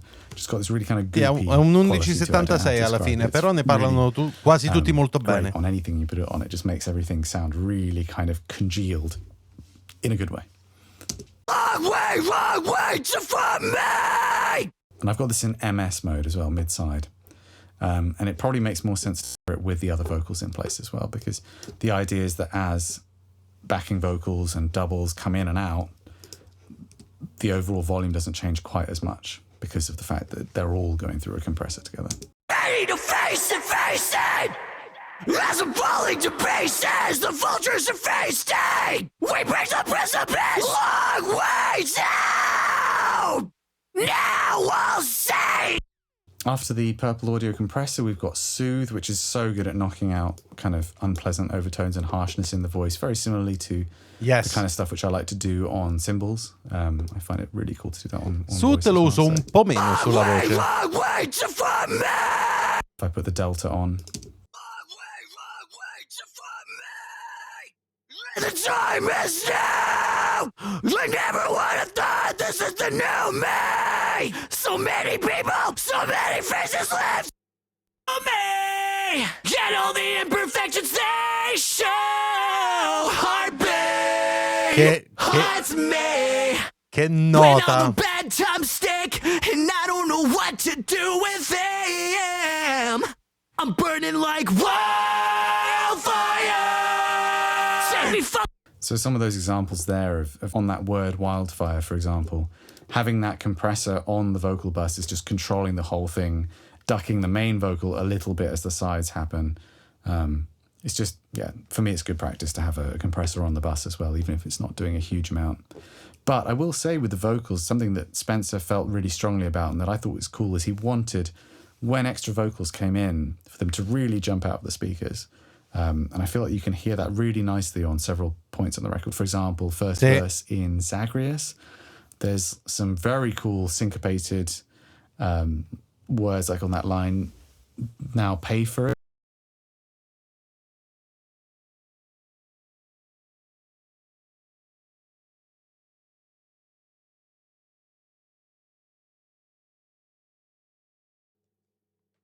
Scusate ragazzi, mi era impazzito l'audio per un secondo. Words like on that line, now pay for it, I think it is, where suddenly all of these extra voices come in, really bumps up in volume, but because it's so tight and percussive, it's just like really impressive rather than kind of taking you out of the moment. Same kind of thing going on here as well. Also, he's called this main screams, but obviously it's got clean vocals on it as well in the choruses. I'm burning like wildfire. As you can hear, there's definitely a bit of a sibilant quality to the voice, so I found that it was necessary to use a de-esser as well. I don't often use de-essers, but especially if I'm using spiff and that compression setting that's boosting a lot of high end in the sidechain, but it seemed like a good idea here. I'm burning like wildfire. Set me fucking out of this. Oh, heartbeat. Haunts me. 'Cause all the bad times stay, and I don't know what I'm doing here. So here I am using a little bit of that revival plugin that I mentioned earlier. Pure qui, ok. On the voice, just giving him a little bit more air up top. I'm burning like wildfire. Set me fucking out of this. Oh, heartbeat. It's just a nice little bit of extra polish, and that probably came from feedback from him or someone in the band for wanting just a little bit more air on top of his voice. That's all of the vocal treatment. There are these ambience channels which he sent me, so we've got, you know, just pure 100% wet reverb and delays, which do change throughout the track. Every song's got different treatment as well. And then, so there's one of those for the main voice and one for the backings as well. And I just sent it all through the same bus here with the compressor on it and everything. So all the vocals together sound like, well, I'll show you in a second, but what I will say is ok, tutto the dentro. reverbs and everything going through the compressor Io does il give you a basso little della bit of voce a lo tratto ducking kind of separatamente sound where dagli effetti. as the vocals are loud, it's ducking the ambience, and as they go quiet or cut out, the ambience comes up in volume. And that kind of interplay can be quite cool on vocals. Sometimes it's not suitable. Sometimes it's better to infatti. completely separate those things. But here it didn't seem to be an issue. Running through my brain, there's a lesson to be learned and I'll heal again. Cover all the walls, where the pessimist patient too. Now here is it like a marionette. So I think that's it, really. There's just a couple of other things in this session which I haven't shown. So there's a tiny little blob of ambience here at the end that should probably be up here with the, with the additional production, because it's clearly some kind of reverse synth sound.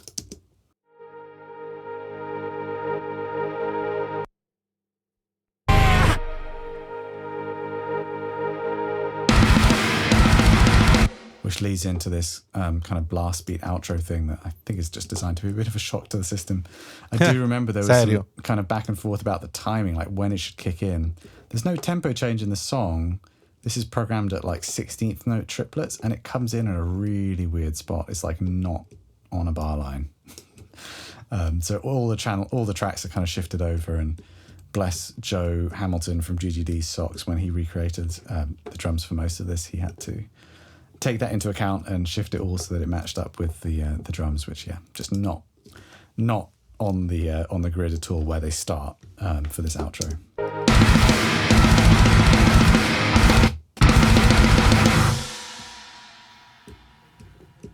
Okay, I think that's it. This has been pretty epic to go through. It feels like this has been pretty long, but hopefully you guys have stayed interested, especially for the first section where we're mainly talking about the drum sounds. And, I hope there's some stuff which might be applicable to your own mixes and productions. Yeah. And I also hope that it might give you some confidence to work with the sounds within the P5 library without using the turbo functions, although I'm really proud of the pre-processing that does. The turbo function within the plugin is using inbuilt processing inside Kontakt. So it's a bit like a stock plugin mix with quite a limited number of plugin inserts and frequency bands. So there's only so much I can do with it, but I felt like I got it to a pretty cool place. However, there's definitely more detail that you can go into if you route it out and do some mixing in your DAW, as we did here, especially for elements like the kick drum, which had that quite complicated revoicing EQ thing going on. And yeah, beyond that, what can I say? Thanks very much for all the support. If you've seen previous mix tutorials of mine, I hope that you still found some new stuff in there of interest. I will say, for me personally, whenever I do show my work, my workflow and my mix tips and my ideas for processing, pretty much instantly that then means that the next thing I do, I kind of want to try and find something new, just so that I've got something new to share, and also to not be just reusing the same tricks every time. So hopefully this is something that's going to, kick me into gear to find some new and interesting ways to mix as well. But I think that's it. Thanks very much for staying with me through all of this. I hope you've enjoyed, and yeah, until next time. Che figata, ragazzi. Allora, gente, è stato un video molto molto lungo, esattamente 2 ore e 3 minuti mentre sto guardando in questo momento il file di registrazione, e questo è un po' un esperimento perché è la prima reaction così lunga che faccio. Fatemi sapere se vi piace, se vi va, perché io vado sempre in giro per l'internet a trovare cose fighe di questo tipo, cioè veri e propri insiemi di produzione. Questo è durato 2 ore, c'è anche di più, però c'è anche di meno, tipo un'oretta e mezza, sono anche magari le mezz'orette 40 minuti, e poi ci sono le sessioni tipo 4 ore, no? In cui si copre veramente un po' di tutto, e magari, non lo so, quella è un po' azzardata, però insomma, fatemi sapere che ne pensate di questo, diciamo, sottoformat di reaction qui sul canale di Kristal Cross Music Production.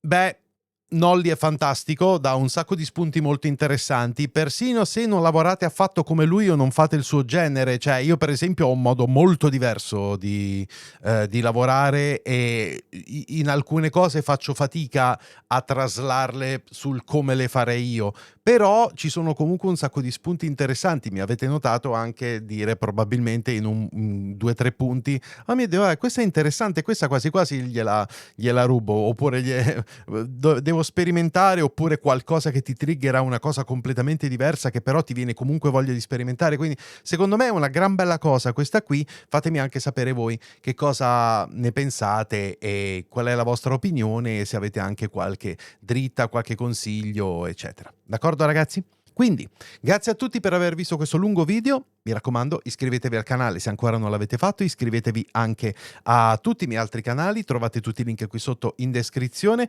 Mi raccomando, lasciate un bel like a questo video se vi è piaciuto, qui sotto trovate un sacco di link utili e noi ci vediamo alla prossima.